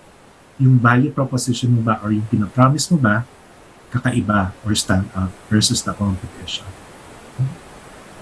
When you now have those data points, mas magiging guided ngayon yung digital marketing strategy mo. Okay? Maaaring titignan mo itong target market A. Okay? Nakita mo na yung ginagamit yung platforms in digital are Facebook, Instagram, Twitter. Doon ko siya ita-target. Okay? Then after that, ano yung possible na output when it comes to return on investment. And when you have those data points, you now look into consumer persona. Ano yung consumer persona? So imagining mo na lang, totoong tao ngayon, or kilala mo yung tao na tinatry mong i-paint yung picture kanina. Put it in this template. Demographics, psychographics, and technographics. Mas buhay ngayon yung target market mo. And with that, madaling mag-adapt ngayon. Uy, mahilig pala siya sa entertainment. Kung may bagong trends ngayon ng entertainment, maaring sumungay din ako. Or kung may bago siyang social media platform na tinitingnan, pwede ko na rin sabayan. Homework para sa inyo. Pwede nyo ayusin to mamaya. Pagkatapos ng session, subukan nyo ngayon buuin ang consumer persona ng iyong business. At pag-isipan nyo, tama ba yung mga digital marketing tools na ginagamit ko? Naaayon ba ito sa kanyang lifestyle? In summary, at dyan na po tayo natatapos, bago tayo mag-launch or mag-execute ng mga digital marketing activities, magplano muna ng mabuti. Okay? Tandaan yung mga tips na dinaanan natin. Be purposeful, focused, and strategic. Make sure you measure the right metrics, mga numero. And tandaan, dahil bago-bago ang digital, be responsive always. Okay? And adaptable sa what is happening in technology and the mindsets of our target audiences. And that wraps up our session on digital marketing strategies for financial institutions. I hope you learned a lot. Thank you. Thank you so much, Sir Manny. Ako personally, I learned a lot dun sa binigay mong talk, and it was really insightful, and talagang makikita natin how important it is to plan our strategy according to how we know our target market. So, importante kilalanin natin sino ba yung gusto nating makausap, sino ba yung gusto nating ma-reach na market, diba? So, I hope that with the tips that we're given, you can assess if your company is using the right tools and strategies for your business. So, you know also what to improve. So, I guess, sagutan natin yung mga homework na binigay ni Sir Manny, diba? Yung mga questions that we can ask kung nasaan ba tayo in our journey here in digital marketing. So again, I want to reiterate what Sir Manny said, that a good strategy is always purposeful, focused, and strategic. Well, before we proceed, I want to ask one question to our audience, sa inyo. How are your business goals and growth objectives panning out? It's not too late to tick more of those boxes and make this year's plans happen and get the most out of 2021 through effective digital marketing. As IMAP's official educational partner, Certified Digital Marketer provides the highest standard, industry-vetted, and expert-led training program. So if you want to deep dive into the topics that Sir Manny just discussed earlier, CDM is offering the Digital Marketing Fundamentals program. It is an intensive and interactive 4-day program that will help you learn digital marketing and how to use it to accelerate and sustain your business. And exclusive to the attendees of today's masterclass, avail of CDM's special offer of 40% off for the Digital Marketing Fundamentals program until October 6 lang po yan. So please scan the QR code or enter the bit.ly link to go to cdm.ph and enroll in 3 easy steps. So ayan, let's move on with our next subject matter expert. He has been involved for over 10 years in the marketing industry. He has been helping companies drive their marketing and digital transformation efforts. Previously, he was the head of strategic services of AdSpark Inc., a digital advertising agency. There, he helped numerous brands around the Philippines reach their audience on digital. Before AdSpark, he was a management consultant at YCP Solidians, where he helped multinational companies across Asia navigate their digital transformation journeys. Napapatangto sir ako sa digital. Currently, he is a part-time consultant helping small to medium businesses scale up during the pandemic. So everyone, please let us all welcome our digital marketing consultant, Mr. Joey Flores. Sir Joey. Thank you, Sanja. So, hi everyone. Thank you for the kind introduction. It's really great to be here, and I thank you for choosing to spend your Friday afternoon with me. I'm humbled to follow some of the other great speakers in this program, and I was really glad that I was invited to talk about something that's near and dear to me, which is marketing. So, Manny and the others were able to set the stage, and hopefully this is something that whets your appetite for digital. And I'd like to deep dive into a specific aspect of digital advertising not a lot of SMEs are taking advantage of at the moment, which is direct marketing. So you probably heard about direct marketing before, and I'll be talking about how direct marketing has changed over the years and how you can use it to enhance your company's marketing efforts at a reasonable cost and at scale. So first things first, I'd like to give you a brief introduction of who I am. So I'm Joey Flores. I am currently a full-time dad and a part-time consultant. So I used to be with Globe Telecom. Happy 917, by the way. So I used to head one of the business units there, their digital agency called AdSpark Inc. I worked with brands mostly as an advisor, but I've worked with multiple clients around the Philippines and around Asia as well. So I've been in the marketing industry for over 10 years. I love advertising, and this is one of the reasons why I'm happy to share that passion with you. I'm that kind of annoying person that watches and finishes pre-rolls on YouTube because I like to see how other brands are doing things. And aside from digital media, like Facebook and YouTube, a big part of what we did at AdSpark was direct marketing, such as SMS and email. So you're probably thinking, why is Joey talking to me about SMS and email? It's 2021. Shouldn't you be talking about TikTok instead? Because that's what everyone's talking about. My answer to that is it really depends on what kind of marketing objective you want to fulfill for your brand. Now, as I said previously, and we've encountered this with the previous lectures as well, Facebook, TikTok, YouTube, that's all great in my perspective for top of the funnel objectives. But marketers often miss out on what to do after the sale. So it's harder and more expensive to acquire new customers than current ones. So that's bottom of the funnel, lower funnel sales. And the best way, one of the best ways to market to them is direct marketing. So what we want to do for direct marketing is we want to get those loyal customers and we want to pull them back in to the funnel. So that's what we call a loyalty loop. And you're able to do that very effectively at a reasonable cost and at scale with direct marketing. So now I always like to begin with my talks with something related to the audience, and let's have a little audience participation here. I'd like to pose a question. What ad has excited you recently? So let's hear it. Anyone? Shopee's Jackie Chan, yes.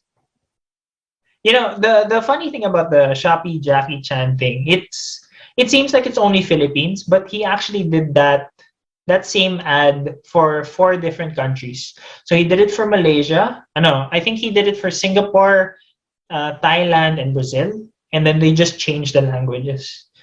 Of course, Lazada, Lactom's Mother Day. So, well, we just ended 9/9 last week. So I'm sure you bought a lot of things there. And yeah, that's very much top of mind right now. So thank you. Mountain Dew, Samsung Flip. I really like that BTS Samsung Flip, especially with that transition. Very good ad. Thank you for your participation. Now, as I mentioned, I'm a new father. My wife gave birth to our son just a month back. He's a lot heavier now. I'm having a hard time carrying him, and he's a bit fussy. He's going through that I'm gassy phase right now. But as parents in the audience know here very well, nothing changes your life faster than being a parent. Sleep aside, what I noticed is that things that interest me have changed as well. So even my taste in advertising, I'll give you an example for that. So in terms of an ad that has recently got me excited, it's this one. So here's the most recent ad that I got that was kind of exciting. These are Viber messages and email messages that I got from the brand itself. As soon as I read it, I went to my wife and I asked her, hey, what do we need right now? So it's an ad from Edamama. It's an e-commerce store that really caters to parents. And as new parents, we are always looking out for the things that our son needs, as well as things to make our lives easier raising our son. And 80% off, yes, I am excited. That is an ad that excited me recently. Here are other ads that excited me. Mami Poco is a diaper that we use. So naturally, yes, if I see a discount there, I'm excited. I'm going to get that because either way, I'm going to get that anyway. And the last thing on my list, was this program by Edamama. It's email marketing campaign to educate parents in general. So as I mentioned, we're new parents. We're trying to figure out how fun and difficult it is to raise a newborn. And these classes were something that we look forward to. So when we saw it, we were like, okay, let's sign up for that. What makes an ad good? So is it the one on the left, which is the Nespresso ad? Is it the one on the right, which is the Edamama ad that I showed you recently? Is it the one in the middle, which I'm sure you remember the whole Kwentong Jollibee ad from a few years back? So a great ad isn't necessarily something that goes viral, like the one in the middle. A good ad is something that makes people do something. So a good ad really drives your desired action, you as a marketer. So maybe it's to remember a product, maybe it's a sale. Now, there's one thing that you need to take away from this, and you need to keep your mind in as marketers. So good advertising isn't really a fancy billboard, a really expensive one, or a really expensive TVC. Good advertising is something that drives the right response. So why I really like the Edamama one, even though it's a Viber message, is it got me two things why I like it. A, it got me excited. B, it drove the right response. So I did a purchase right after it. Therefore, it is an effective ad. And as you learn in today's talk, direct marketing drives action. Now that we have an idea that what marketing is, so marketing fundamentally is about communication. So we as a brand are talking to the audience that we have. Now, it's you as your brand communicating to your audience or consumers. Now, direct marketing, on the other hand, is you communicating to them directly. So what do I mean by that? So when you post an ad on Facebook and YouTube, what that's doing is we're going through media. We're going through these media companies, and we need to go through these media companies to get to our audience, to get to your customers, because they really hold it. They're the publisher. So you'd be contracting their services. With direct marketing, you are bypassing the media companies and you're speaking to the audience directly. So there's no more middleman. It's like a one-to-one communication. And that's very interesting. Now, how do I speak to my customers directly? So one thing in mind is you can go speak to them in person or in Zoom. That's where sales comes in. So that's more personalized one-to-one conversation that you're having with your customers. Marketing, on the other hand, is different. So marketing speaks to their customers in different ways. But mainly they speak to their customers on scale, not like with sales. Now, the most obvious direct marketing example would be telemarketing. So I'm sure you've had a call asking you to open a new credit card or a specific promo or a loan application. Another one is direct mail. So I get this a lot with banks. So they usually offer me credit cards or rewards card that I didn't ask for in hopes that it would lead to a new application. So just activate by pressing this, that. And for those of you who remember pre-internet, there were things such as catalogs and magazines. And these were one of the ways retailers enticed people to purchase a product. So as a marketer, I really like to talk about different interesting executions. And catalog marketing is one of those interesting bits. So let's talk about it a little bit. I'm in my mid-30s, and as anyone in their mid-30s is familiar with, Ikea is opening soon, and I'm all about that. So I'm excited about that. But did you guys know that Ikea is actually the master of direct marketing? So they use this thing, which is the catalog right here, and this the IKEA catalog is the single most effective marketing tool for IKEA.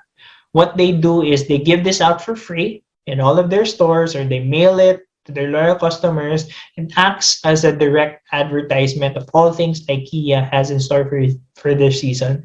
It's so big, in fact, that around 70% back in 2017, 70% of their total marketing budget is used to make and sell this catalog. So it's around 55 editions, 27 languages, 36 countries. And just like all things, this has evolved into modern day advertising now. So they've transitioned their catalog into digital. And that's what we're seeing with the different forms of direct marketing today. So, direct marketing today, what does it look like? As you've heard with previous presenters, digital has changed everything and it's made direct marketing a lot easier. So even for a company like IKEA, they've transitioned online. Telemarketing sort of moved into SMS, direct mail sort of moved into email. So in terms of the channels, in the digital age, it's really expanding on these two, SMS and email. So why I like about SMS and email is that you can personalize on scale. And the chat, this right now is the channel of choice for your customers. So let's talk about SMS. SMS is instant, it's cost effective, it's a very personal way of interacting with your customers.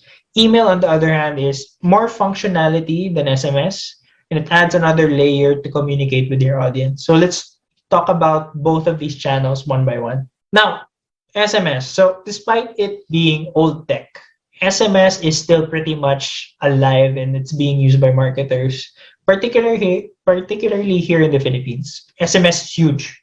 In fact, we're the number 8 market in the world in terms of A2P. A2P is a fancy word for business to person SMS, so brand to you SMS. Now, an interesting tidbit here is that A2P SMS volumes closely mimic the economy. So one of the business units that I used to manage in AdSpark was our SMS business, our connectivity business. And shout out to my team, my former team at Connectivity. They are delivering their messages, your messages to you every day without fail.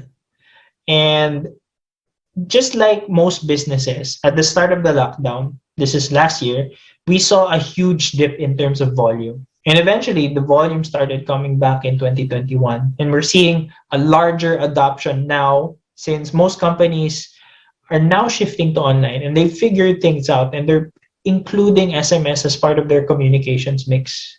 So, as I mentioned, during the COVID-19 crisis, at the start, SMS was proven to be a reliable, simple way to relay information and alerts to everyone, even populations not equipped with smartphones or digitally connected via social media.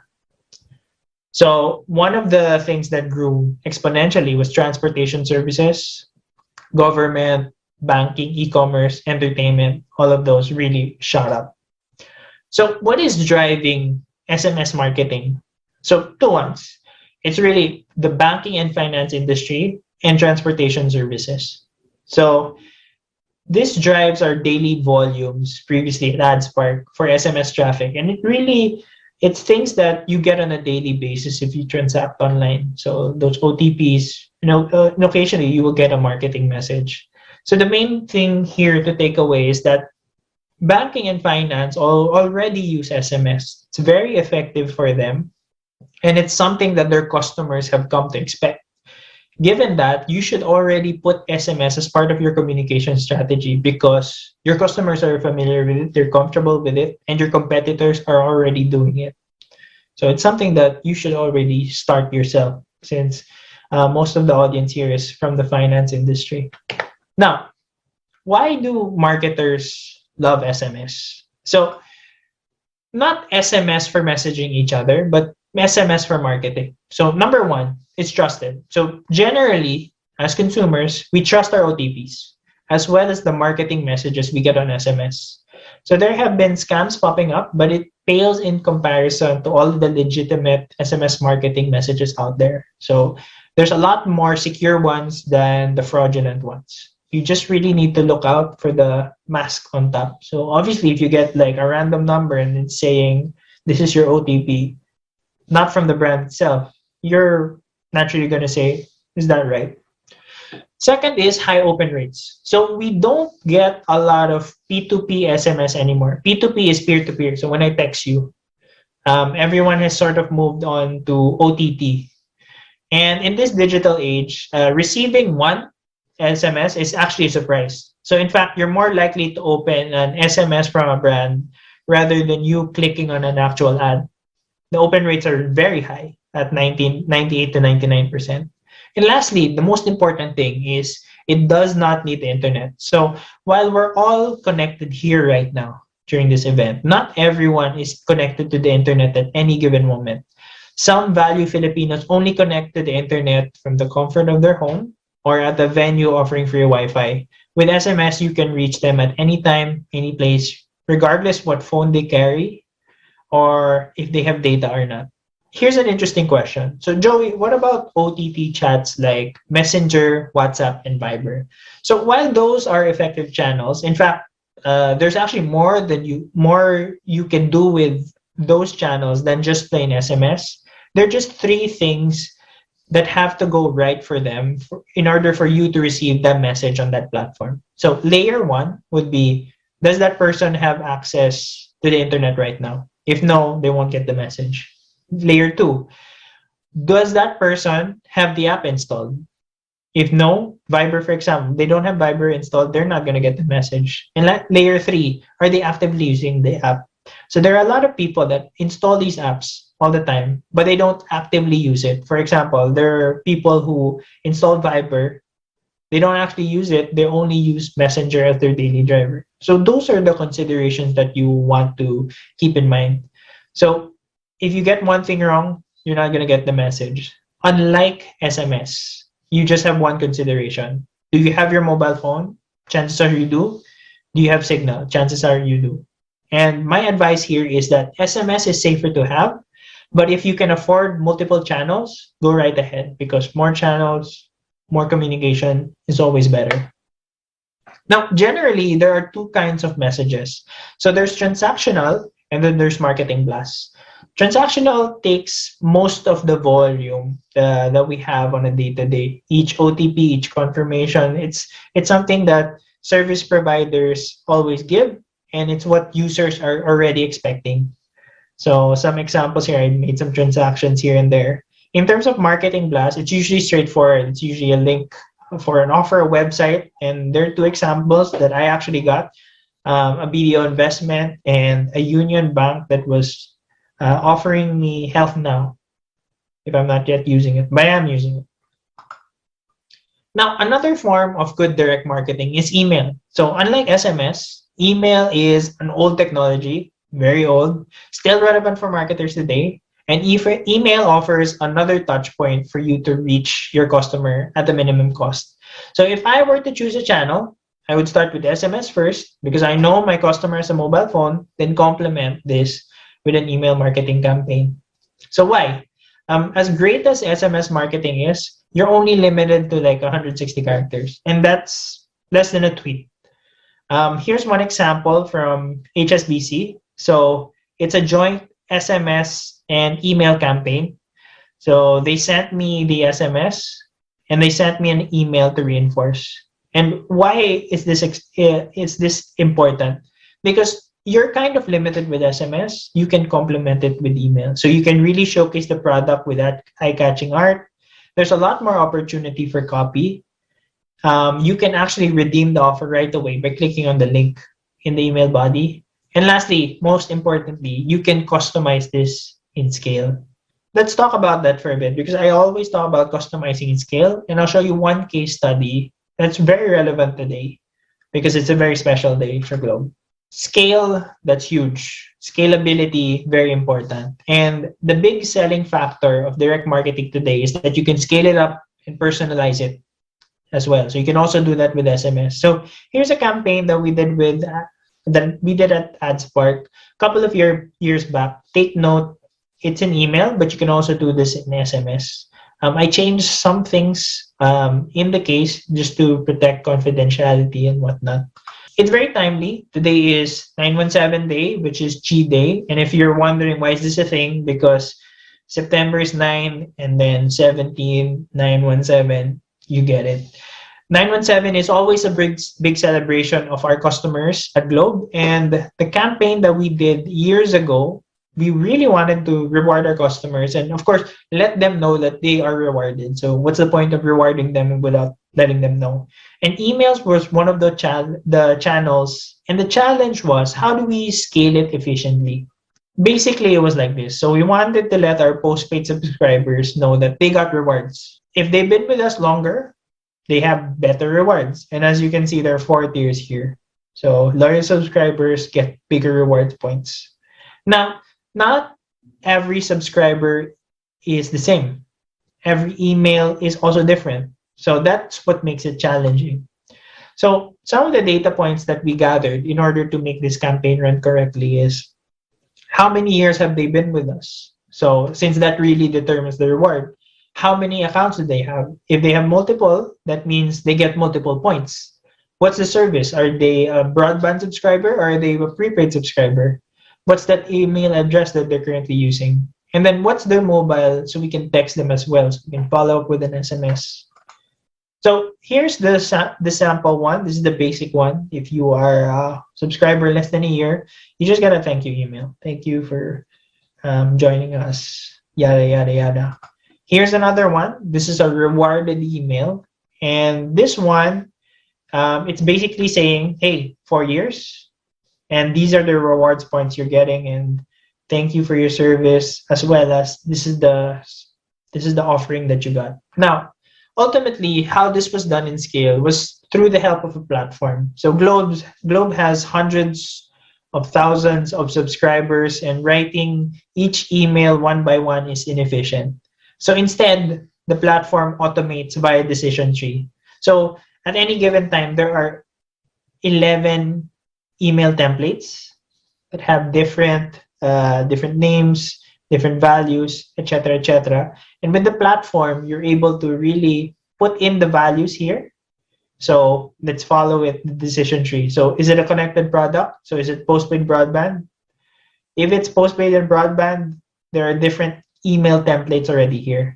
If it's postpaid only, depending on your tenure and the number of accounts, you get different kinds of emails. And that's how we were able to scale it up. And it was a very successful campaign for Globe. I think this was back in 2018, 2017, if I'm not mistaken. Okay, so you're sold on these two channels. You should already be doing them if you haven't started. If you've started, great.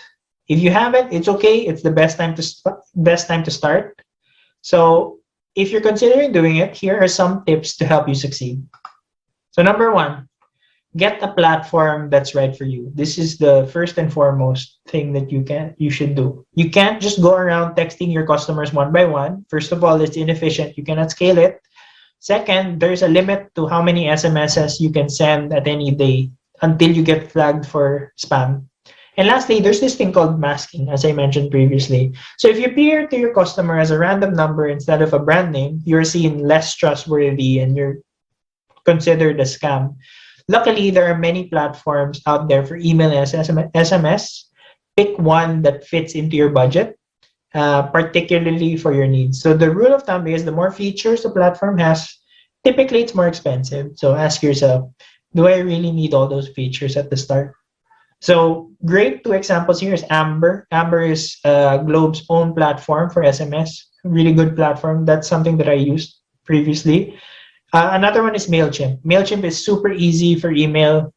If you have no idea what to do, Mailchimp has templates. It will just basically hold your hand the entire time. So great, you have a platform. Now you need a database, but not just any database. You need an opted-in database. So I can't stress this enough.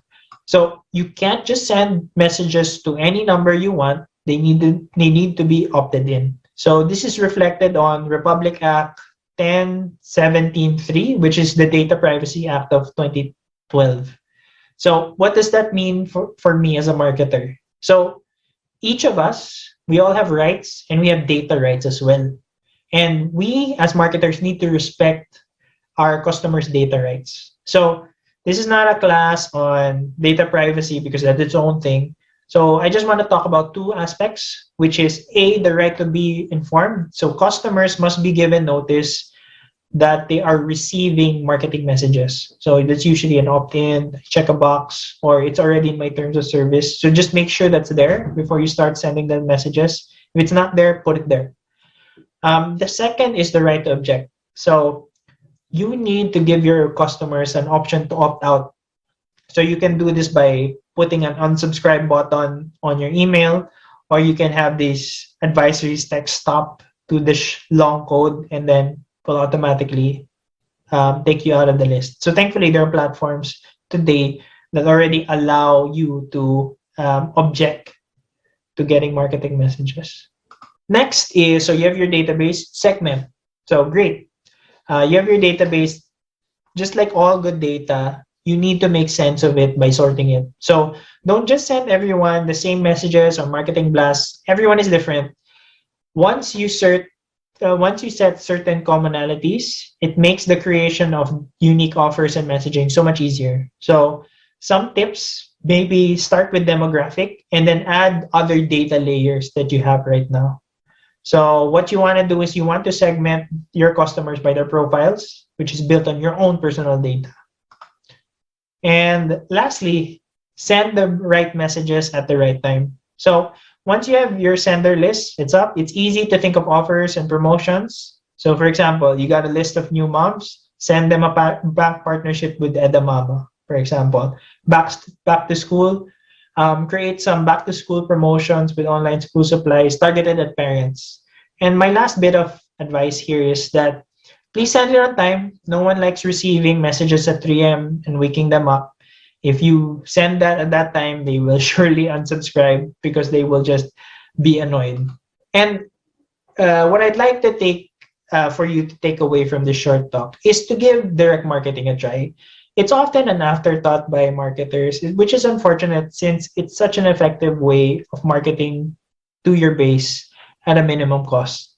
So when in doubt, you can refer to this formula. So I really like formulas, and it's an easy way to really encapsulate what you should do. So it's really about creating that right message multiplied by the right audience at the right time, all through the right platform. So the right platform is that bridge that carries everything and it multiplies everything.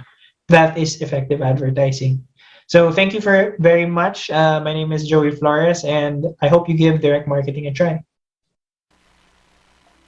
Thank you so much, Mr. Joey Flores. And I realized SMS and email marketing are really still very relevant and effective pa rin. Kasi looking back ako din pala, parang gumagana sa akin yung SMS tsaka email marketing. And sobrang nakarelate ako dun sa Edamama illustration because when I became a mom, yun din yung mga naging effective na ads sa akin. Again, SMS and email marketing, that's very accessible and almost everyone has a mobile phone. It's so much easier than sending text messages and emails one by one. So having a right platform talaga is a great help. And for those who attended our masterclass on data privacy, and as reminded then by Sir Joey Flores kanina, you'd also be familiar with that webinar where about the Data Privacy Act. So let's all be careful and make sure that the people we're sending these messages to, they opted in for that and that they have the option to opt out. Kasi I've experienced na parang I've been trying to opt out but I'm still getting these emails that I've unsubscribed to many times over. So let us respect our target market, diba? At this point, I'd like to take the opportunity to show you Globe Business exclusive masterclass offer for Amber, the solution for text blasting and SMS marketing. This is exclusive to those who are not yet Amber subscribers. For as low as 599 pesos, send up to 2,000 text messages under your brand name instead of just 1,000 text messages under the original plan. We also have higher plans available if you need to send out more text blasts, and it's really perfect to get you started on SMS marketing. You can click the link seen in your chat box so you can learn more about it and sign up for an appointment with a Globe Business representative. Now we are ready. I'm gonna call on screen later on all our speakers because it's now time to start our fireside chat. We will entertain questions from you, our audience. So please send in your questions by typing them in the comment box or in the chat box at the side or bottom of your screens, and type the name of the person that you want to direct that question to. So again, I'll call on screen now our speakers, Mr. Miko David, Mr. Manny Gonzalez, and Mr. Joey Flores. Here they are, ang mga dashing ginoo natin ngayong hapon na to, di ba? Ayan, ready. Ayan, inom muna ng kape para ready for the fireside chat. Again, I want to invite also, which is, he's already on the screen, Mr. Marky De La Cruz is the digital marketing content lead for Globe Business to join us for this fireside chat. So hello, everybody. Again, to our speakers. Ayan. Welcome back. Okay, so why don't we go ahead and get started? Let's just keep this, free flowing. If you want to answer, just go ahead and jump right in. And if you want to add to what the other person has already said, then you're also free to do that. I'm sure mag-enjoy ang ating mga audience ngayon. So are you ready, gentlemen? Yeah, okay yes. Okay, so ito. Sige, let's jump right in. So ito, first question that we received is a lot of marketing being done by financial institutions, kagaya ng cooperatives, let's say yung mga pawn shop, diba, mga microfinance companies, very traditional pa din. So meaning may flyers, banners, and the like. So what are your thoughts on these financial institutions adapting to digital marketing strategies? Sir Miko, may gusto kang sabihin? Parang nauna ka mag-smile. No, Miko? At the back of my head, I was thinking, nako, ito na si Joey and si Manny sasagot niya, no? But boom, ako pa lang napili. No, I think, Ako nakitang nag-smile wide. Ay, nako. No, I just to, for this part, no, on, di ba, there's a lot of flyers, banners, no? Actually, I'm not averse to continue these things. But the general mindset I have is that it's in accordance to the universe or the world of your consumers, no, or customers. That's true. So if in your area you have to be visible because of the banners and flyers, by all means, no. However, looking at data, they're now all online. Alam mo yun? So to expand the options to where they're present is quite important, no. And there's so much options with regard to Facebook, to the point of si Joey kanina, di ba? SMS, ayan. It's a very, you can target that on a location that you want to focus on, given that they've opted in, di ba? And you can really re-engage them. So pwede yun. Yeah. So for me, I really encourage, financial institutions to leverage on all the available tools which the target market really uses, no? So, ayan, highly encouraged and I really support it. Yeah, so kumbaga, you know who your target market is and where they are and catering specifically to those people talaga that you want to reach, no? Anybody want to add to that? Sir Joey, Sir Manny? Oh, okay na. Satisfied na kayo sa sagot ni Sir Miko? I think I'll build on what Miko said. Yeah. And I think we've discussed this to Miko then and some of the other discussions that we had. Sometimes what we overlook kasi is that, yes, there's digital, pero the Filipinos still live in a offline-online hybrid. Okay? So what do we mean by this? Yes, nagko-QR codes tayo, pero saan naka-print yung QR code? Sa karton, di ba? At saka sa papel.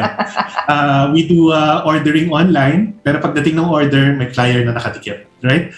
And I think the idea here really is not to change it immediately. It will depend, again, on the universe na sinabi ni Miko kanina. Right now, the best digital strategy or platforms that you can use are the ones that are the most intuitive or natural sa experience ng audience. Wag muna nating pilitin yung super high-tech kung hindi pa talaga ready. But of course, if we are in that realm na or era na ready na, then why not go ahead? But I think always remember, as of now, hindi pa naman tayo mga robot, no? Offline, online pa rin, hybrid pa rin siya. So there. Yeah, I love what you said that you don't have to change it right away, but it could really be a progress kasi we have to also meet the people where they're at, right? So I love what you said, Sir Manny. Anybody else want to add to that? Or are you ready to answer the second question? Maybe go just na, building go on ahead. What the guys were saying. It's a new world. I think Miko said it really well that the data doesn't lie. More and more people are online. This pandemic has really changed the way Filipinos are behaving. We have less people going out, more people staying indoors. using the internet, and it's only natural for finance institutions to follow their audience, and their audience is online. So really, that's the place you want to advertise. Correct. Correct. Oo, I totally agree with that. No? Kaya sobrang relevant yung, nagulat ako sa TikTok data na shinare ni Sir Nico kanina. That's so true. 'Di ba? Lahat nandoon, lahat nasa TikTok. So nagulat ako, wow, ganun pala talaga ka-influential now TikTok, no. So I guess we're ready for our second question, because a lot of people here, I guess, they may be just starting out in their digital marketing journey. So what do you want to tell them that these people are just getting started out and they want to go digital? Any advice or tips that you want to give them? Ayan, ngumiti na naman ako. I'll just go ahead and Yes, please. No, I think anyone will tell you to experiment, diba? And learn from it. But I think what I want to share with everyone is that it might be good to understand the reports that you get. I think the good thing about digital is that there's a lot of it'll tell you how did it perform to this age segment, this material, parang ganon. So I would say experiment, try things out, no. But at the same time, it might be good to really understand the reports very well. There's a lot of resources, I would say, that you can embark on to equip yourself, no. Technically, everyone here naman from the speakers panel is also part of IMAP, and we have a lot of resources, no, in the industry. So there's a lot of learning opportunities. CDM provides classes, and in case you're curious to test and find out, we have this thing called the Digital Measurement Board, where you can log in and find out your knowledge, no. So parang if you're starting your journey, don't, like what Manny said, don't go to the high-tech stuff right away, but experiment, try it out, but syempre make sure that you understand the reports very well. So yeah, that's a very, very practical tip. And a lot of SMEs that we've spoken to, small ones, even like yung friend nga ng sister ko, they're learning in the process, and from that learning they get to parang build on it and build on it again and build on it. So and from our landscape, the one I showed earlier, no, medyo blue ocean pa siya. So there's still opportunity to do it pretty well. So yun. Love that. Parang one step at a time and then build from there. So that sounds really a lot less intimidating. That makes it less intimidating, diba? So Sir Marky, ikaw, may gusto ka sabihin? Parang maganda yung pagkatanong mo. May gusto ka pang i-add? Actually, nakaka-intimidate nga kasi lahat na naiisip ko sinasabi na nila eh. Pero who am I, diba? Anyway, but to add to what Nico said, no, there's a lot of opportunity to try out everything that's there.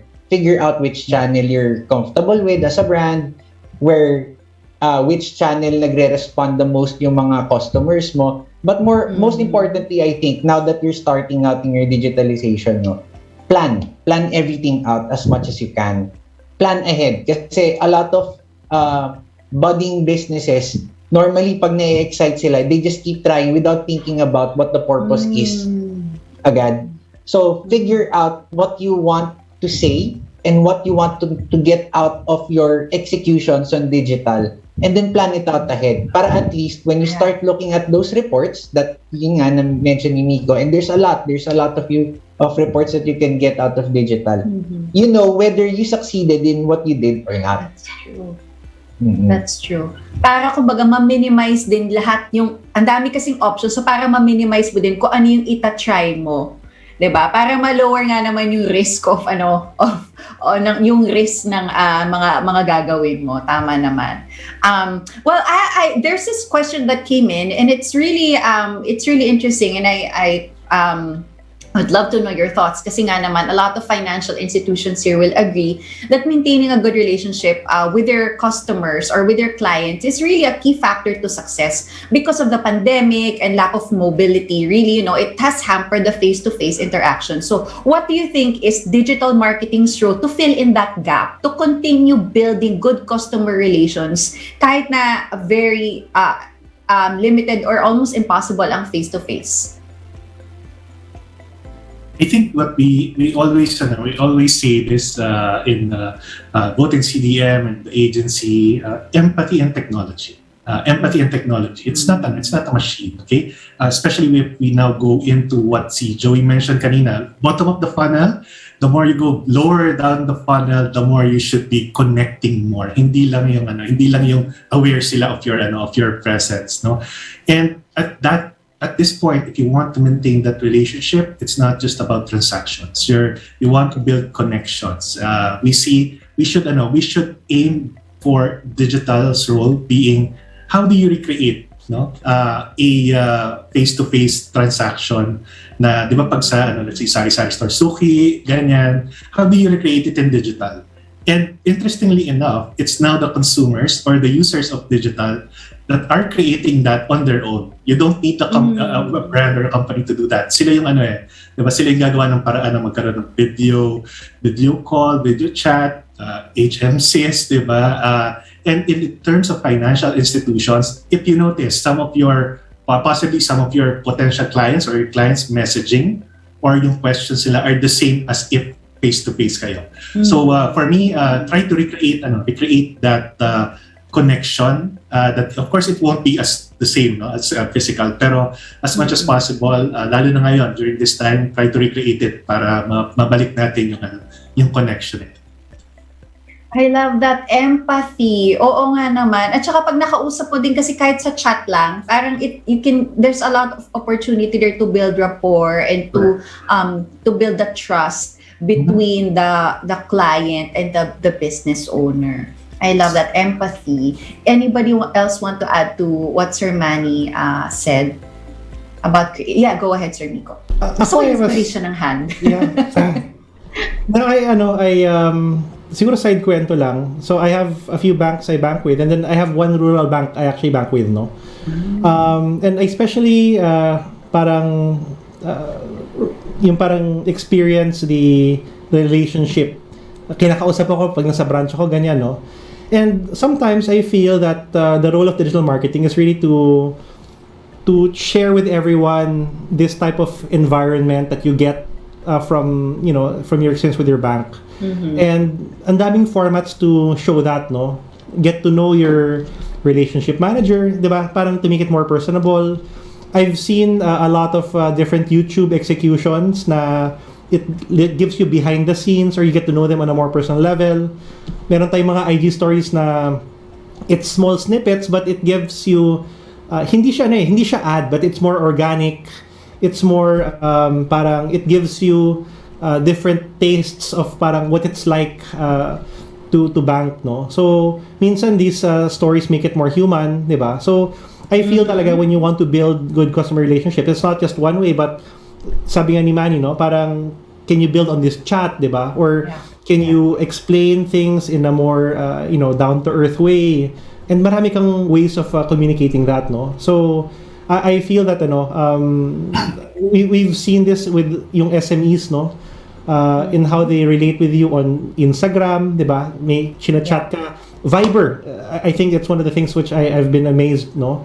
Meron akong binibilan na stall and they would message me personally, to build that parang rapport. So I would actually parang take a look at digital marketing in that lens. Yeah. Ang galing. Oo nga, naalala ko when you just said Viber, I became part of several Viber groups so that I could interact directly to the business. Isa na dun yung Eda Mama, kagaya sabi ni Sir Joey. Being a new mom. Okay, I love that. Oo. There are really, I guess, technology can still proves that it can really still work, di ba, wherever we're at. Ito, there's a question here, a bit technical about SMS blasting, so maybe that's something Sir Joey or Sir Marky can answer, no? Can the subscriber set the target market, like the ages and location of possible recipients? Great question. It's not like Facebook. So if you're thinking something like that, you're probably thinking Facebook. Because in Facebook, you can really set your demographics, certain age, targeting groups, stuff like that. The reason why you can do that in Facebook is because it's their audience. They've already segmented it. It's already categorized, stuff like that. If you're going to do it on SMS, you have to do the hard work. What do I mean by the hard work? You need to get the database, you need to collate all of the database, and then you need to create your own list. So for example, if you want to blast a specific age range, you need to do that manually. You need to identify of all of your subscribers who is age XYZ. And then you have to manually put them in a list. And then you blast each list specifically. So the answer to that is no, unlike Facebook, but yes, if you do the hard work. Ay, gusto ko yung yes and no. At least may paraan. But kung dedicated ka, magagawan mo ng paraan. And you should. Gusto ko And yan. you should. Oo. Correct. Ito, more on SMS marketing. Sabi na dito, hi Sir Joey, with regards to SMS marketing, do we need to do the opt-out feature for transactional SMS messages? Because we're a small pawn shop of 10 branches, but we are doing direct marketing via SMS. And one of the many use cases is that we notify our customers of their expiring loans. Do we need to have that opt-out feature for this? Oo nga naman. Kasi nagka-transaction na sila eh. No naman. I mean, if you look at marketing messages, because there's two kinds, as I mentioned before. The opt-out is only for the marketing messages. You typically don't opt out for transactional stuff because it's quote-unquote a service rather than marketing. So you don't really need to do that. What you need to review is your terms of service, and you need to input there in your terms of service an option to opt out. As in, like, you call the branch to do that, stuff like that. I think that's one checklist that you want to do, at least so we're all compliant for data privacy. But to answer the question, I haven't seen an opt-out in a transactional one because it's a service. Yeah, oo nga. That makes sense to me. Kasi hindi naman ikaw nagbebenta ng bagong bagong produkto, naniningil ka ng utang nila. So, kailangan nga naman, di ba? You have the right to message them about it, di ba? Ito, is there a platform or software you can recommend for doing SMS blast? Siyempre, ako, Amber. Yun yung naalala ko. Kayo, Sir Marky. Well, definitely, I'll be pushing for Amber, di ba? But yeah, with Amber, kasi there are different tiers that you can take in. So, depende on which, gaano kalaki na yung business mo and requirement for your business. I think this is one of the most legitimate ways to do SMS marketing right now in the country. So yeah, I definitely would like to suggest that you try out Amber for your business. It's very straightforward, and especially in rural areas na may SMS pa rin sila, as yun nga na-mention na ng mga speakers natin, very hybrid pa rin ng Philippines. For areas that you want to target your customers pero very rural pa rin and mas nagre-respond pa rin sila sa one-to-one engagement, please consider SMS.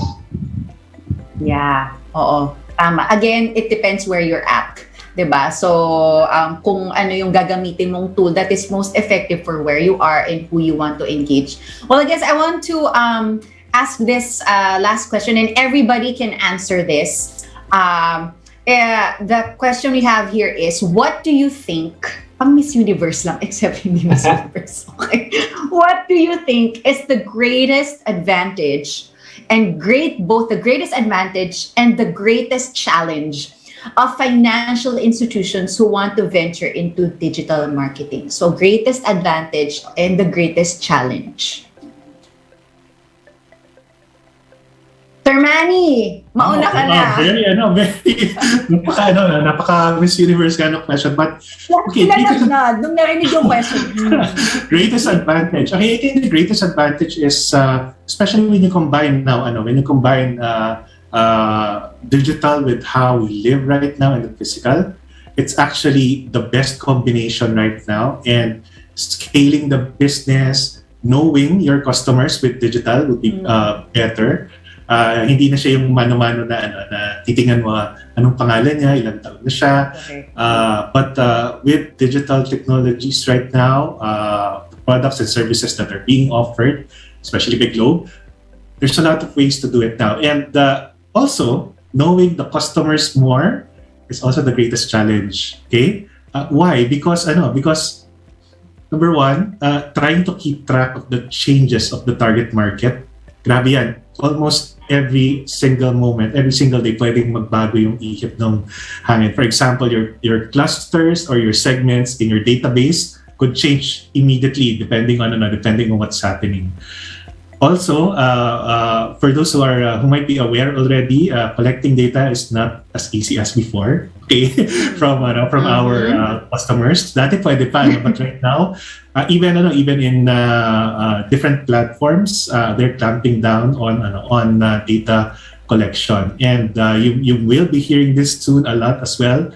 Baka narinig nyo na rin, first party data. Okay, parang sabi ni Joey kanina, sariling sikap to ngayon, mangulekta tayo ng data natin because it won't be, especially in advertising digital, it's really less and less will be yung automation. Babawasan nila yung feeling mo na sinusundan ka ng ads because that's already a high value na ngayon yung data privacy. So their greatest advantage, you'll reach a lot of audiences, you'll grow more, you'll know them more, but at the same time, in the process, mahirap mangolekta ng data. So I think that's what I'm seeing right now in today's context. Oo, kasi minsan magsalita ka lang, maya-maya makikita ka ng ad. Correct. Minsan gusto ko parang, narinig niya ba ako? Parang ang scary nun, di ba? Anybody wanna add to the advantage? Any other advantage? Yes, Sir Marky, go ahead. Yeah, actually to add to Sir Manny's point, yes, it is a challenge to get as much data as we can from our subscribers now. But it can also be an advantage, especially for the bigger entities in financial services. And what do I mean by that? For companies like banks or pawn shops, na medyo stringent yung requirement nila for providing personal information in return for their services, marami ka na makukuha dun these are legitimate data that you can use to reach out to your customers because alam mo na hindi nila pineke yung number nila, address nila, or yung other personal details nila. These are really very important things when you're thinking about advertising or marketing or just providing reaching out and providing regular services to your customers. Miko and I had discussions about big data years back, and we've seen that this is years back, so yung future is now na that big data will be a big differentiator in how marketing will become or how digital will become in the next few years. Lalo na ngayon kasi Facebook, Google, and all the other new entities, Amazon are like really doing as much as they can to get more robust data day on day. And this is something that will trickle down to all the other services down the line. It's going to be a regular thing altogether. So with whatever data that you have, ang suggestion ko with the financial services businesses right now, look into what you have. Look into the data that you've already collected. Yun nga, sariling sikap siya, matrabaho siya na paghimay, pagbuo ng mga little clusters, pero it will help you really, really well down the line. I love it. Work with the data that you already have. Yes, Sir Nico. Baka makalimutan ko na, so I'll go say it. Go! I'll start off with challenges first, From the different financial institutions we've monitored, you'll always have challenges with regard to working with different departments, There's a high chance that operations could be siloed, Meaning, what the marketing team does would be highly different from what customer service is seeing versus people from compliance, people from information security. So you would have to work with a lot of different stakeholders. No? So if you're a large institution, medium-sized or small one, you would have to overcome these hurdles internally. No? On that note, there are some advantages I would say, no, which both Manny and Marky both touched upon. Well, there is the part on data, but I think the interesting thing with financial institutions is that you actually are interconnected with many other sectors. And we've seen partnerships between sectors, no? Banks and e-commerce, banks with, let's say, retail, you know. And if you read the fine print, sometimes when they do their activities, they say that we're allowed to share your data with our partners, no? So if it's difficult for you to do all of these things, to acquire all this data, you might want to systematically partner with different, companies that blend well, no? So, kunyari, pawn shop, then together with, let's say, retail, no? Or maybe a rural bank together with, all the different furniture, parang institutions near your area, things like that, no? So you can explore these partnerships. And I think with regard to advantage, because of the compliance or regulatory potential challenges or the structures, some might be very slow to move. So I think an advantage that you can really work on is that, okay, because of the structure of other entities, we can actually move faster. And this is why in that scan that I presented, some are moving faster, others they have a good head start. And I think for everyone, you can try to see whether you can accelerate before everyone else takes the opportunity to learn on their own as well. So yun, those are some challenges and opportunities I feel which are very relevant. That's great, the partnering aspect, kasi that can really help you a lot, and maybe even reaching a wider audience with that, diba? Sir Joe, you wanna add anything?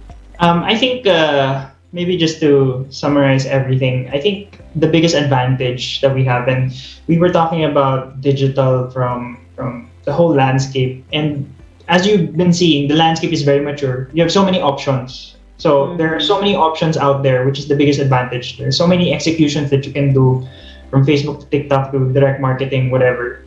But that's also its biggest disadvantage, especially if you're starting out. There's so many things that you can do that it's very difficult to decide what to start with. So you have that whole analysis paralysis.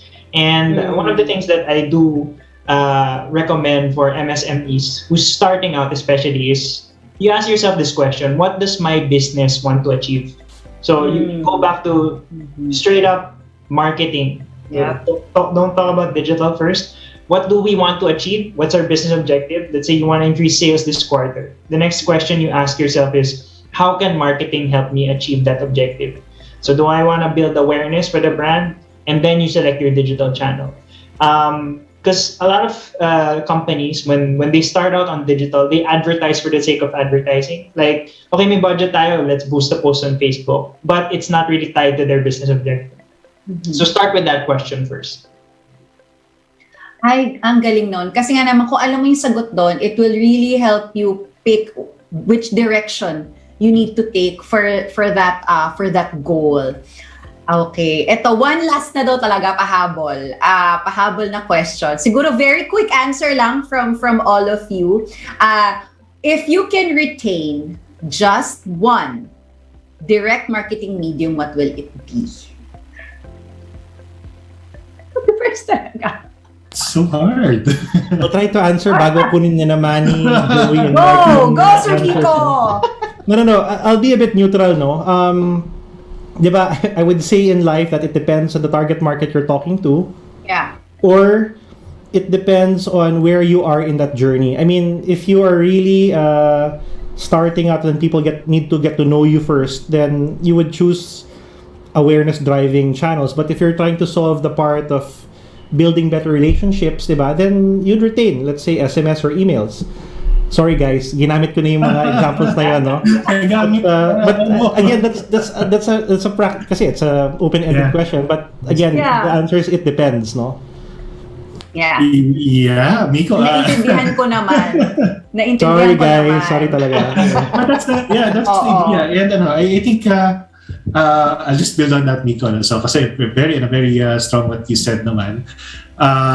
Go back to the consumer. I always tell this in the CDM classes. No, understand the customer, consumer, then pick out the best digital tool around that behavior, not the other way around. Ang nangyayari kasi minsan na, wow, may bagong platform, pero pag ginamit mo, ay hindi pala bagay, no, sayang naman. But yes, it's really the best direct marketing are the ones that actually go direct to what the consumers would actually need. All right, Sir Joey.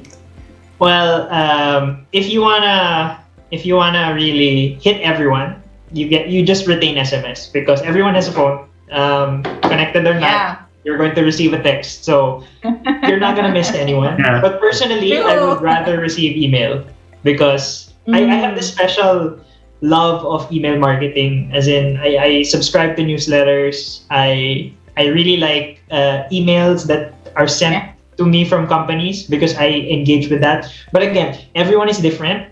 You don't market to me, you market to your customer. Correct. Sir Marky, ikaw?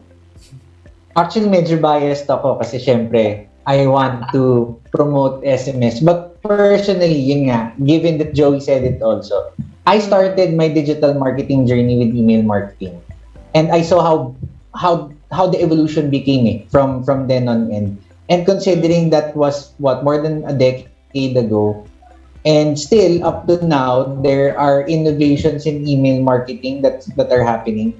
So I feel like it's a very personal way to interact with your customers and very personalized way also. So if there's just the one thing, of course, na I will have to use, kunwari, wala na ako ibang choice. With email marketing is the one for me kasi yun nga, it's something I can use given the database that I have and sobrang daming pwedeng gawin sa kanya. Lalo na ngayon, pwede na mag-embed ng videos in materials like that. But at the end of the day, you have to figure out what really works for you as a business. What brings you the business objectives. That's it. So, well, thank you so much, gentlemen. That was really fun. So I had fun. I hope our audience learned a lot and had fun as well during this fireside chat. And speaking of SMS marketing, before we end this session, thank you, gentlemen. I think you may turn off your screen if you want, but feel free to stay. Well, before we end our session, I'd like to take this time to remind everybody that we have an exclusive masterclass for Amber. Okay, your digital solution for text blasting and SMS marketing. This is exclusive to those who are not yet Amber subscribers. So for as low as 599 pesos, send up to 2,000 text messages under your brand name instead of just 1,000 text messages under the original plan. We also have higher plans available if you need to send out more text blasts. So it's really perfect to get you started on SMS marketing. Very straightforward, kagaya nga sinabi ni Sir Marky. You can click the link seen in your chat box so that you can learn more about it and sign up for an appointment with a Globe business representative who can help you with your Amber journey. Again, I'd like to thank all our speakers for gracing us with their presence in this afternoon's webinar. Very informative and very fun learning session with everybody. And we hope to have you again at our other Globe Business events.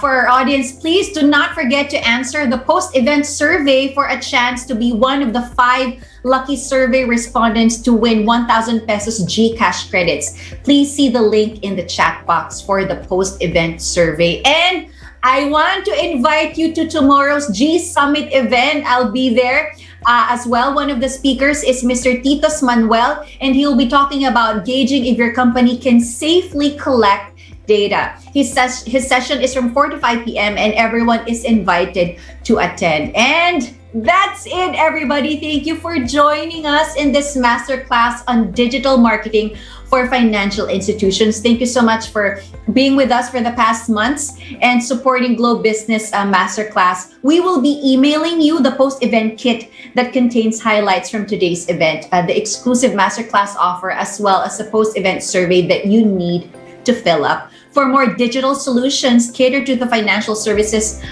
visit the link on screen, which is also provided in the chat box, or check out Globe Business Academy online for business tips and current trends. Again, this has been your host. Ako po si Sonja Kalit. Please stay safe, stay healthy, and God bless you, everybody. Happy weekend!